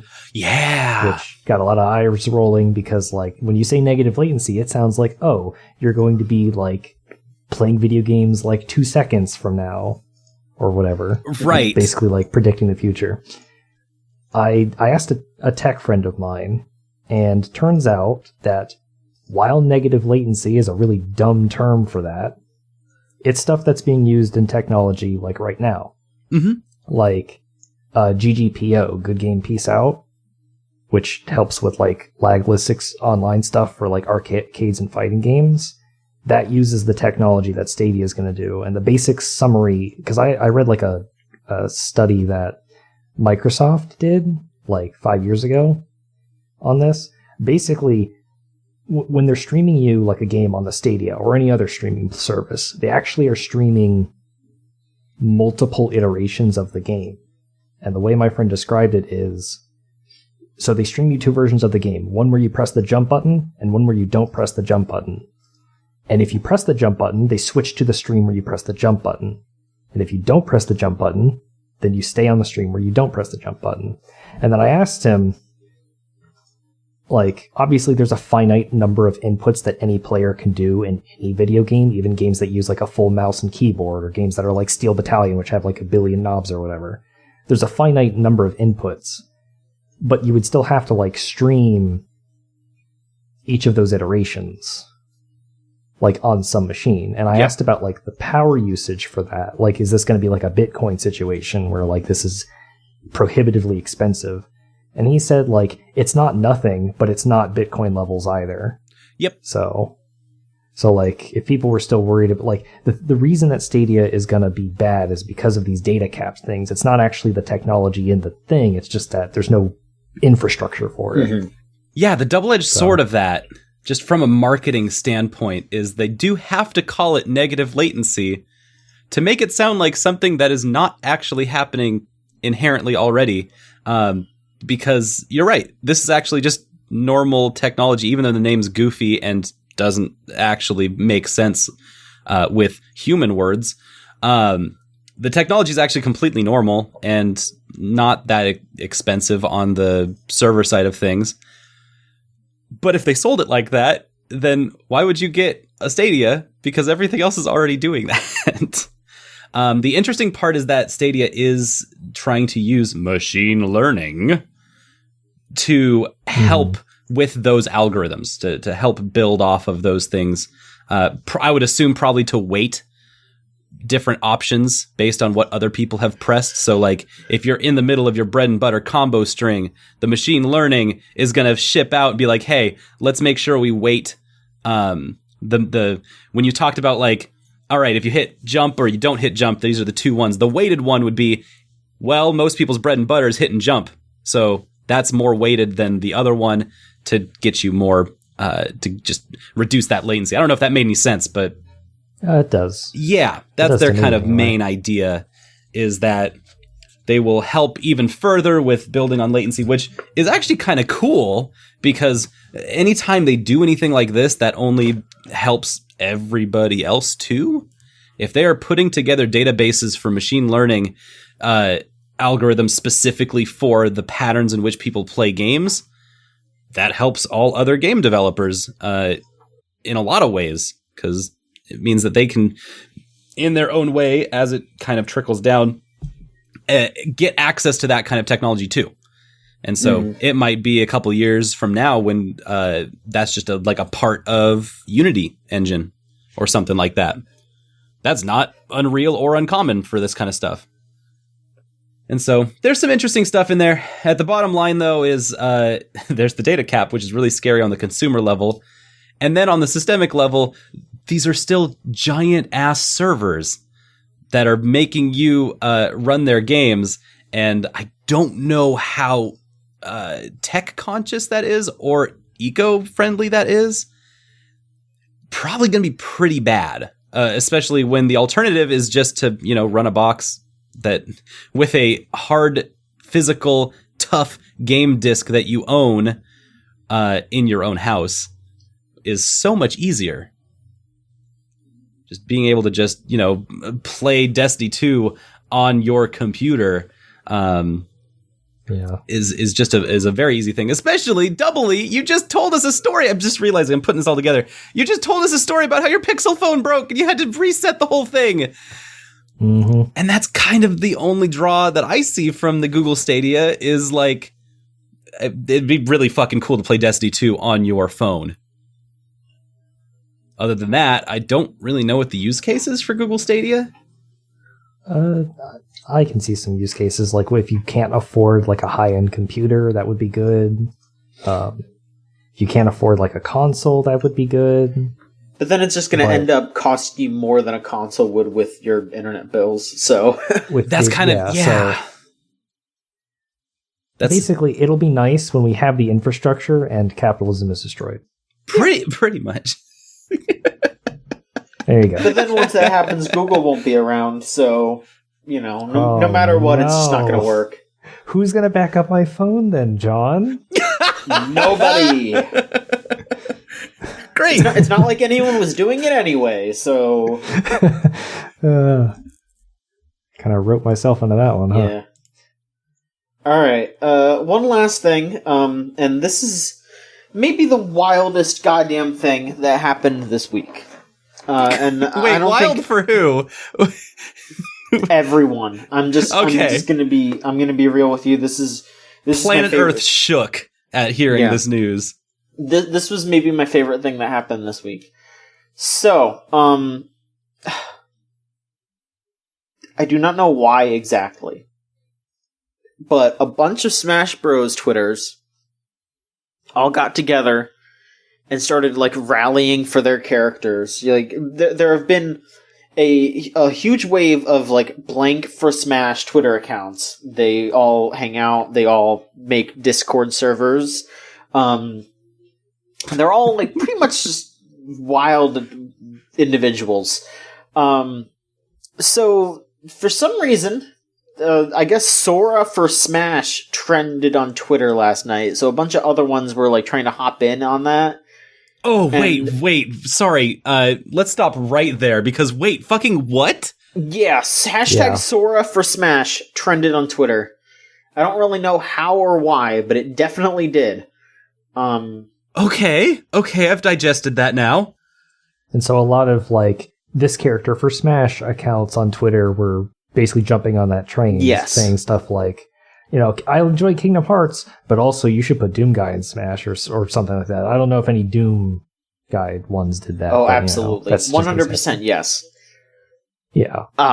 So I guess there was this big chain where people took the part from Avengers Endgame where everyone was showing up to do the big fight at the end of the movie, and they were editing their favorite Smash Bros. Characters into the picture, and there were 300 posts or some shit, and some dude decided when he put Heihachi in the picture to tag Harada from Tekken, the Tekken creator, in that picture, and when Harada saw that and saw all the dumb shit these people were doing, he got pissed and told them, basically, he was just y'all are fucking crazy.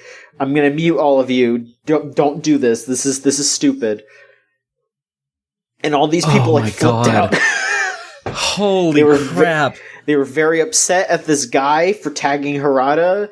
They were very upset that Harada was mad because Harada it was obviously a joke, but Harada was like, I tell Sakurai all the time that if people spam that not to put the character into Smash, which, is very obviously a joke. Like, they decide who to put into Smash based on like a bunch of business decisions, not because, people are mad on the internet, Exactly. But I mean, at the same time, Harada's right that getting all those posts is probably extremely annoying, especially because once that dude tagged Harada, a bunch of people were just like replying to that with a bunch of different pictures and a bunch of other bullshit. So poor Harada probably had his mentions just flooded with just random bad Smash Bros. Photoshops that he had like nothing to do with. So of course he's pissed. Oh. That's a tough line to walk. I'm just trying to wrap my head around all of these folks that are basically politically campaigning for their favorite character to get into what has now essentially become a historical reservoir for video games. If your character is in Smash, that means that they are not only relevant now, but probably going to be relevant for the far future. They have been important and have made a landmark on video games in some way. Yeah, sometimes just for being a part of Nintendo's first party lineup. Yeah, like Smash Bros has become a like gold standard in either recognizing a game franchise's worth, or it also is a signifier of a game franchise coming back. Like Mega Man got put in Smash Bros, and not that long later they made Mega Man 11 and all those like re-releases, and same with Castlevania. They put out that re-release, and there's all these rumors that they're making a new Castlevania. They put Banjo in Smash, and like everyone's basically just like, okay, they're making a new Banjo game. Like, okay, like this is just like an accepted truth here, is that yes, Banjo will come back.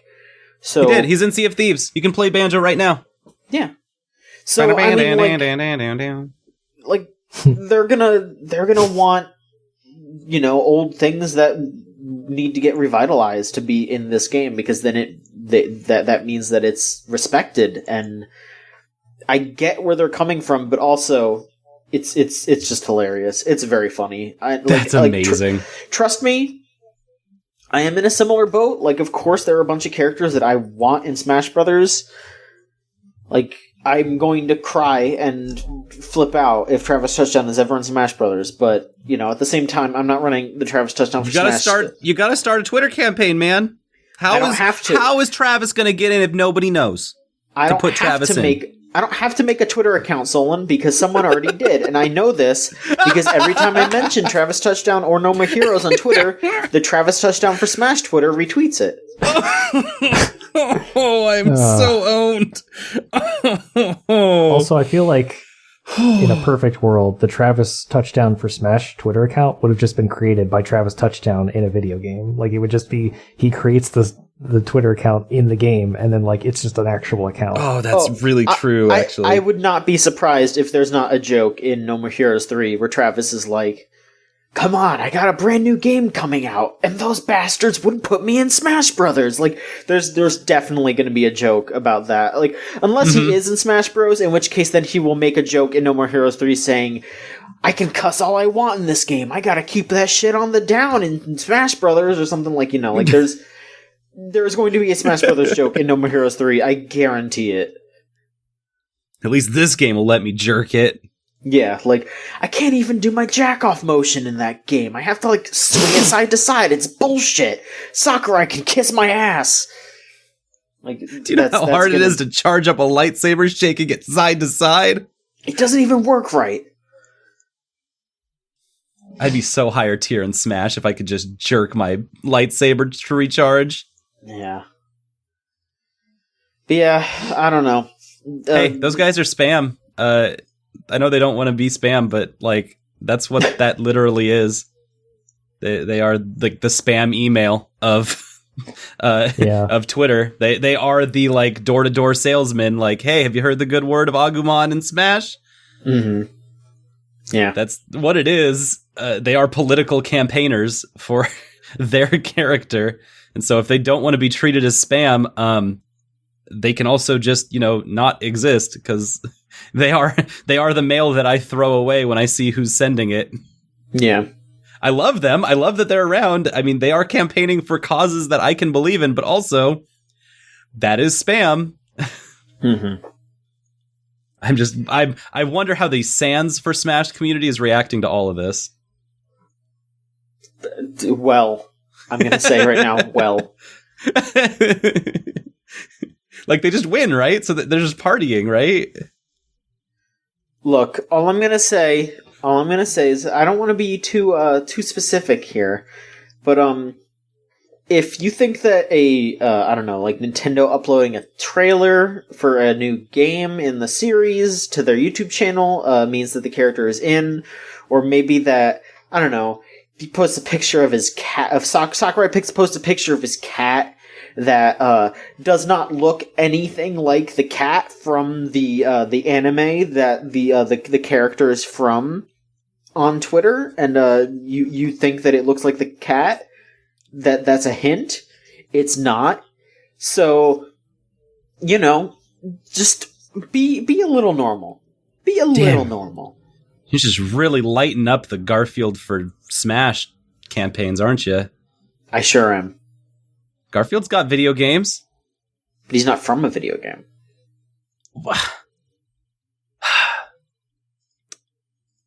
You know what, John? You're just really yucking my yums right now. I just really wanted to start campaigning for Garfield for Smash, and I was going to call Jim Davis, and we were going to go to Japan and have meetings, and... There's still motherfuckers out there doing Goku for Smash, even though Sakurai has said like 17 times, like, we are not putting Goku in fucking Smash Brothers. Please stop. Yeah, but he didn't say it 18 times, and there's definitely more than 18 Gokus to ask about. You're not wrong. That's true. That's very true. What a weird night last night was. It was fucked up. Alright, well, let's do questions to wrap this up. Hell yeah. Alright. It's my favorite part of the stream. If you want to send in a question, go to videogamechoochoo.tumblr.com/ask. You don't sound like these folks right here. I just said stream instead of podcast. It's a stream of consciousness. There's cancer in my brain from live streaming too much. Well, let's do this. All right. You can live stream later, I guess. This question, I guess we got a couple of questions about the Wii because you're talking so much about your Wii event. Always talking about my Wii. Anonymous asks, what are your favorite and least favorite Wii games? I'll just get out in front of this. No shit, No More Heroes, okay? There you go. I don't have to say No More Heroes 1 and then No More Heroes 2, in that order. No, I like No More Heroes 2 more than No More Heroes 1, but No More Heroes 1 is still very good. No, that's not your favorite and least favorite Wii games? No, I'd have to think about my least favorite. I don't know. What are you thinking about, Skull? You got a favorite? I gotta think about the Wii library here for a second, because like No More Heroes is a big one for me too, but I mean... That's the beautiful thing about the Wii, is that nobody remembers any games that they actually played on it. Because like, how could you? Like, it was all just such a weird blur of motion, and how could you get into a video game really in depth while you're waggling? Like, it doesn't totally compute. My favorite, the best game on the Wii, absolutely was WarioWare Smooth Moves. It just that's a real good one. They nailed it. They just did everything perfectly with that game, and that is legitimately a game that is worth, like, if you can get a hold of a copy of Smooth Moves and you can find a Wii, like, spend a night doing that. You've done yourself a very great service. You're going to have an incredible night having some fun. That is worth getting a Wii for, right? Yeah. Okay.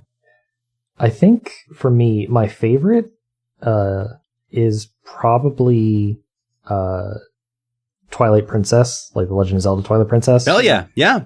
Which is weird because it was designed. It came out like at the launch of the Wii, or near enough around it, because like they also released it on the GameCube at the same time, basically. Yep.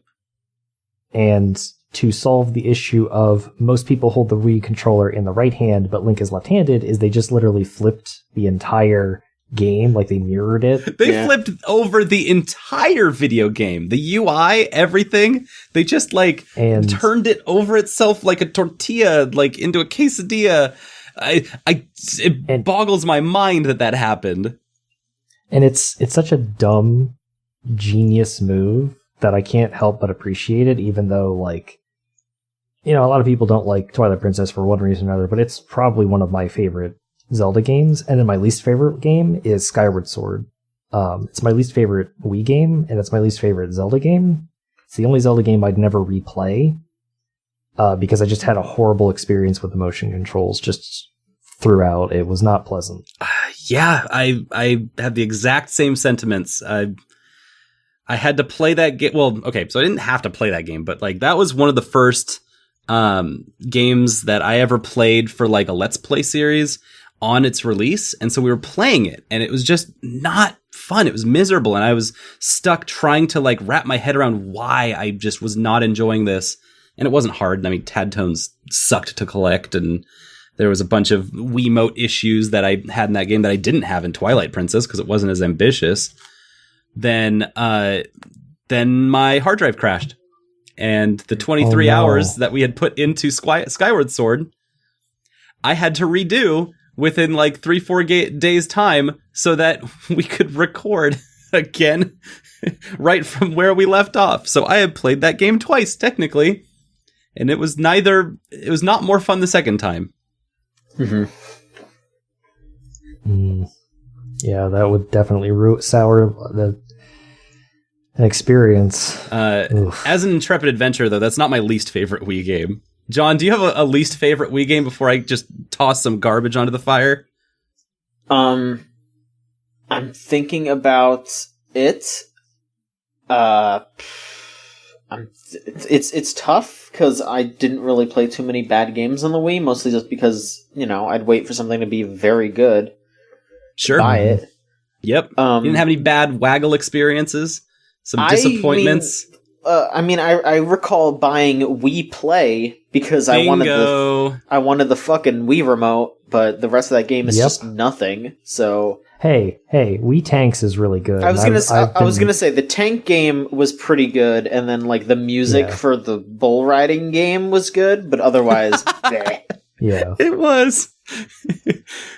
That music is so good they put it in Smash Bros. So there you go. Mm-hmm. Yeah. All right, so I've got 2 games in my hands right now that I've pulled specifically for this anonymous question because it's a really good question. If you want to know what my least favorite Wii games are, I've got one here that I've played and one here that I have not played. Okay. And the one that I have played, this game is called Skate City Heroes. This is the worst game that we played last year on the Weekend Invitational. And it has an aesthetic. It has kind of a cartoony style.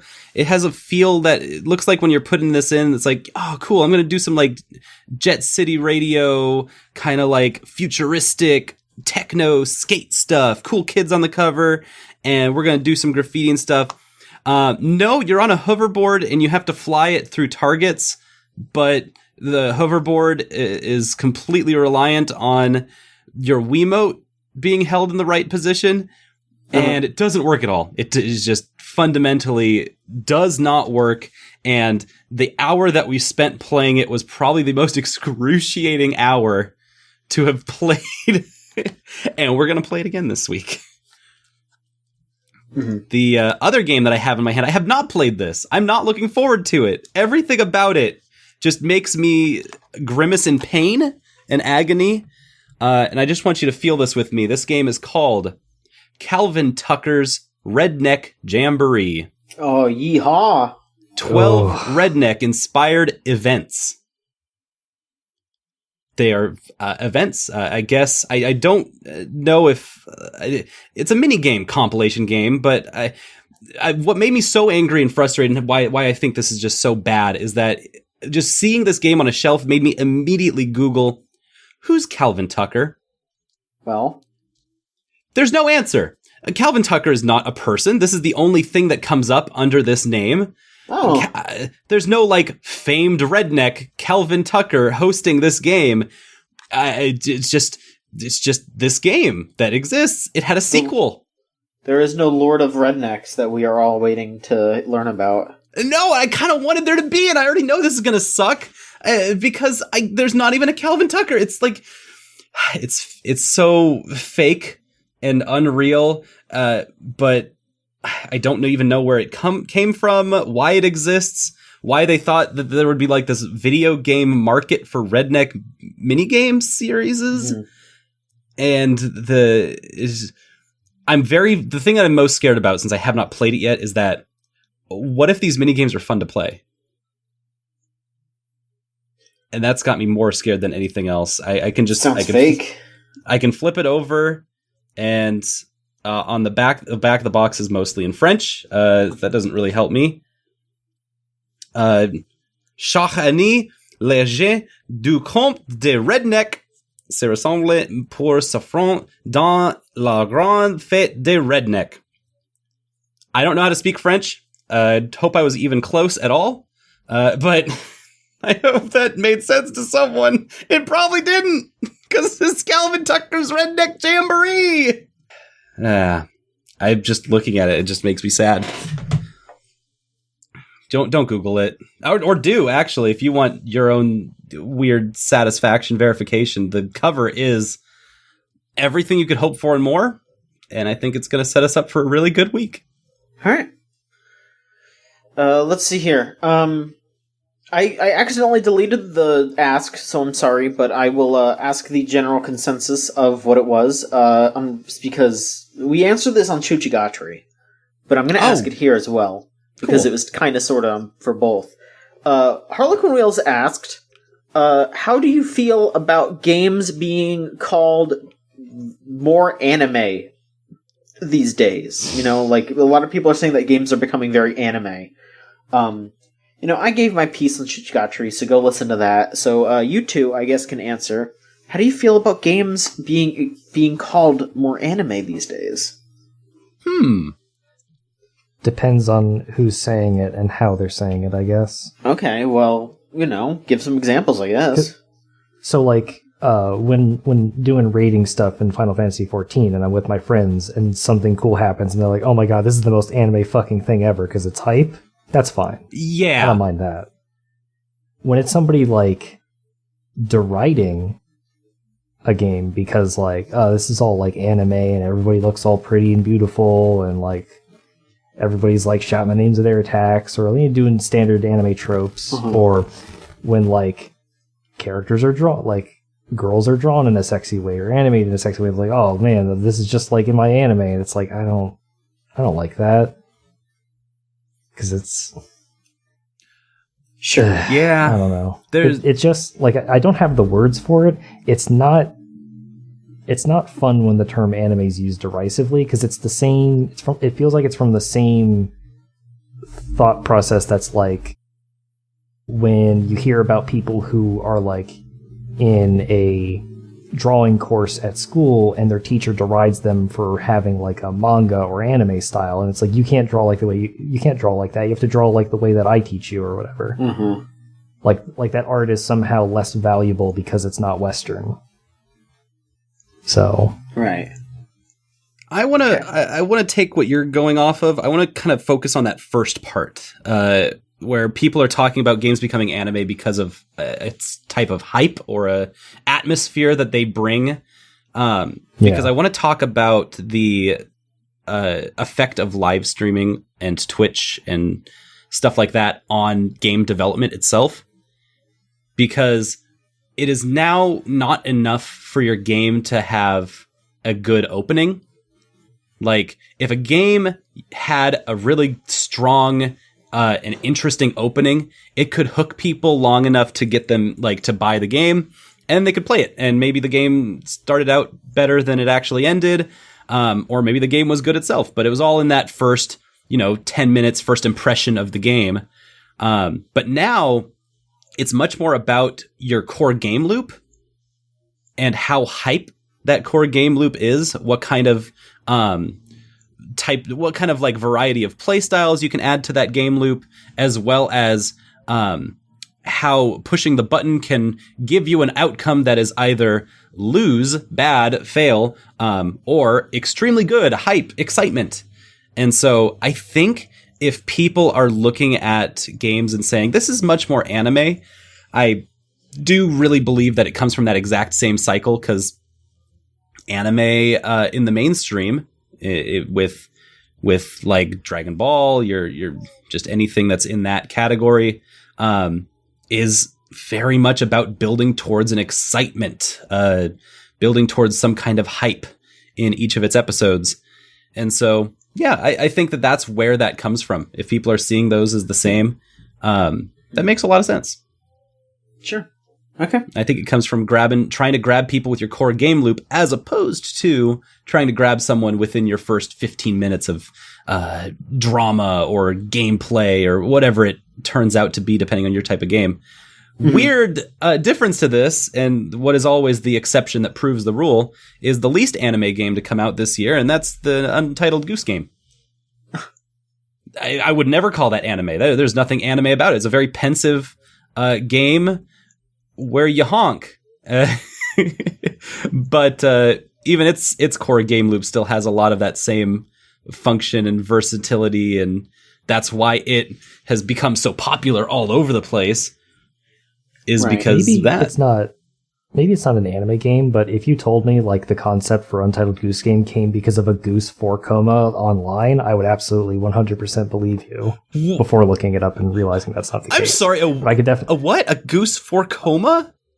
Yeah, you know what a for coma is? It's like it's a popular form of like online comic. It's usually like a jokey comic, but basically it's like 4 panels, so it's a 4 coma. So it's like, oh yes. Yeah, I mean, like, it's standard in the online comics, even outside of, like, you know, basically everywhere, because, like, it's the classic, like, comic formula where it's, like, 4 panels, something, something, something, punchline, basically. Yeah. Lucky Star did that, right? If you told me the Untitled Goose Game was based off of, like, a one strip from a comic, which is just, like, this goose that, like, pulls down this man's pants or something, I would 100% believe you. That's fair, yeah. So. All right. Wheels has another question here. That's a good one. What's your favorite secret boss fight in a game, post-game or otherwise?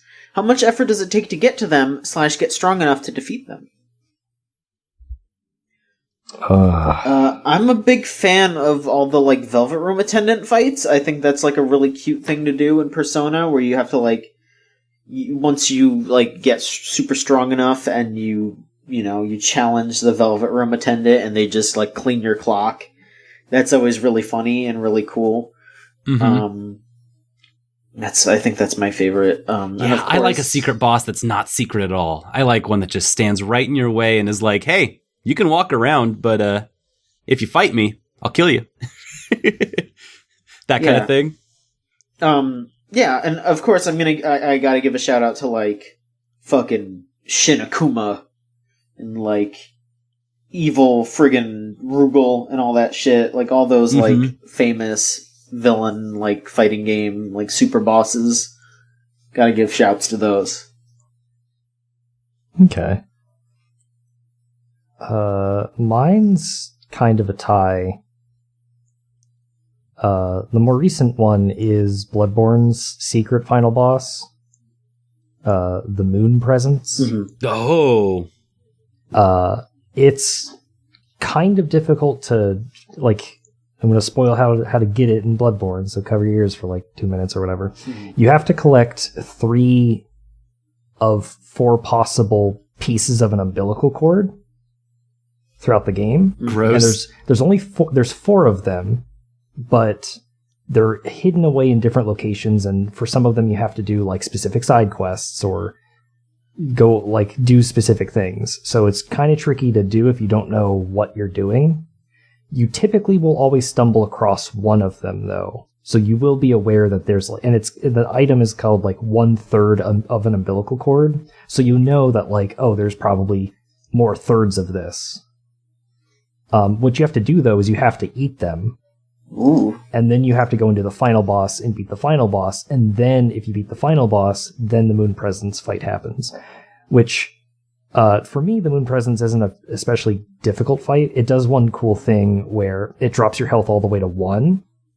But because of Bloodborne's regen mechanic, if you go up to the boss when it does this bring your HP to 1 move, you can actually, like, if you attack it enough times, you can actually fill your health back up to full, because Bloodborne has that mechanic where moments after you take damage, you can attack and recoup all that damage that you took. Right. Oh, that's cool. My other one is Shenryu from Final Fantasy V, because it's just a stupid powerful jacked dragon that you just open a box and fight and it kicks your ass if you're not prepared for it. Yep. All right. So, you got one? Yeah, I've got 2. I've got one that's super boss. Ultimate weapon from Final Fantasy VIII was just big guy at the very end of the game. It's like, hey, you want to fight? And you could be like, no, let me just finish the game. Or you could just walk up to it and be like, oh, I'm ready. Let's go. I've been working the entire game up to this. And he hits you with a turn-based puzzle. That's literally what he is. He does 8 moves, 8 turns in a row. He only changes that pattern to like throw in the random attack that is not nearly as threatening as any of the 8 moves. All 8 moves are like Doom. 8 moves of Doom. They're all like, all right, you're down to 1 HP now. Next hit'll kill you. Or I choose one of your party members and that person's just dead now, and you have to fix that right now. Or I'm going to do a move and it's going to do 9999 to everybody. So you got to dodge all of these different big moves all at once and like puzzle it out. Like, all right, I'm going to use my invincibility moves right here, but I can't have them going on too long because I need to make sure that I tank the damage from like a percentage based move. There's like so much cool math inside of it. I loved it. I really liked the flow of that, and solving that puzzle in the end was awesome. My favorite secret boss that was just like out of nowhere. Here's some. So I talked about Emil from Nier Automata. That one's so cool. It's so cool. But Deep Cut, I don't know if you remember this one, but this one's when you fight Skull, when we have to fight you a whole bunch of times in Tales of Symphonia. Oh, what? Yeah. There's just this nice little guy. There's a little skull on the ground. And you talk to him and he's like, hey, you want to go? And you're like, yeah, I guess. I want the chest behind you. Hey, and you're just like in this random, you're just in a cave. Like, this doesn't matter. You're in nothing world. And he's like, actually, for real, are you sure you want to fucking do this? I'm cracking my knuckles. Let's go. And I'm like, okay. And that's when the skull starts floating and turns into a giant skeleton with 4 swords. Ooh. Oh, I'm looking at this. I'm looking at this skeleton now. This is cool. It's a good skeleton. An extremely good skeleton, good skull, and very funny secret boss. Oh, nifty. Mm-hmm. I don't know if they show up. That would be like a great recurring character in Tales games, but I think they only show up in Symphonia. Already a game full of fun quirkiness. But yeah, they legitimately want you to go back and fight them later somehow. I've never done it, but because every time I see them, I'm like, yeah, I don't need that chest. I got what I came here for. This was funny. I'm dead now. Oh, also, they don't game over you. When they kill you, they just leave you right there at 1 HP. So, good guy, secret boss. That's always the good guy, secret boss. Thanks. Yeah. Thanks, Skull. All right. Last question. Again, send it to videogamechoochoo.tumblr.com/ask. What is your favorite game inside a game? Ooh. Oh.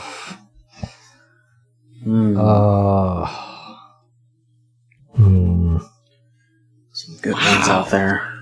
I gotta not only think of a game, but I gotta think of the games inside of those games. I got pretty hooked on that like little mini game in all those Danganronpa games where you have to like, there's like the one where you have to like, I think it's like build the school or clean the school or something like that in like 2. Oh yeah. I got pretty addicted to those. Yeah, that one's pretty good. I can think of good mini games, but like a game that's canonically inside of another game. Oh, okay. Yeah, you're right. Okay, then I have a nerdy one. I'm gonna be a bastard here and flex that shit. Okay, so my favorite one is in Donkey Kong 64. Rare put the original Donkey Kong arcade game in Donkey Kong 64 as a little Easter egg. Oh, yes! Mm-hmm. And that may sound like it's not that big of a deal. They just put the original game in the 64 version, whatever. But here's the kicker. The original version of Donkey Kong, the Donkey Kong arcade game, was tied up in a lot of legal mumbo-jumbo because Nintendo didn't actually develop it. They, hired another team to make it, and they didn't, sign the papers to have full control over it. So they never actually released the original Donkey Kong, the arcade version. If they ever wanted to re-release it, they would just re-release the slightly inferior NES version. So there was never an arcade perfect port.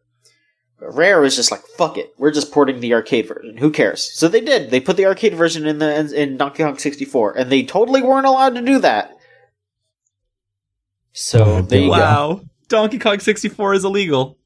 Yeah, pretty much. I mean, it sucks fucking ass. So it might as well be illegal. Yeah. It is a crime to exist. Sure is. I feel like Rare does that with some of their other games, though, too. Isn't there, another game that you can play Jet Force Gemini inside of and stuff? I wouldn't know, but... Or something like that? I wouldn't be surprised. But yeah, I'm stumped. This is a really good question. I can't believe I'm just, totally stumped on a game that's inside of another game. So I have two. One is... Can I have one of those? Caravan. Maybe. Oh, okay. So one is Caravan from Fallout New Vegas. I think it's the best fake card game in a video game. The only other one that really comes close is Pazak from from KOTOR. Knights of the Old Republic, yeah. I love Caravan. It's pretty fun. I actually, when I was getting into Fallout New Vegas, I went to Spain with my brother for a trip, and I actually had I collect playing card games, and so I actually played Caravan with him in our hotel room a few times. That was our once we had done all the activities for the day, we would play just Caravan IRL on the hotel beds. It was pretty good. Wow. The other one is in Celeste when you play the fake little Pico 8. Yeah, can I have that one? Celeste. Yeah, that one's good. Ah, that's great. I just love it. That's the Pico 8. That was the prototype, wasn't it? They prototyped out all of Celeste's mechanics in Pico 8.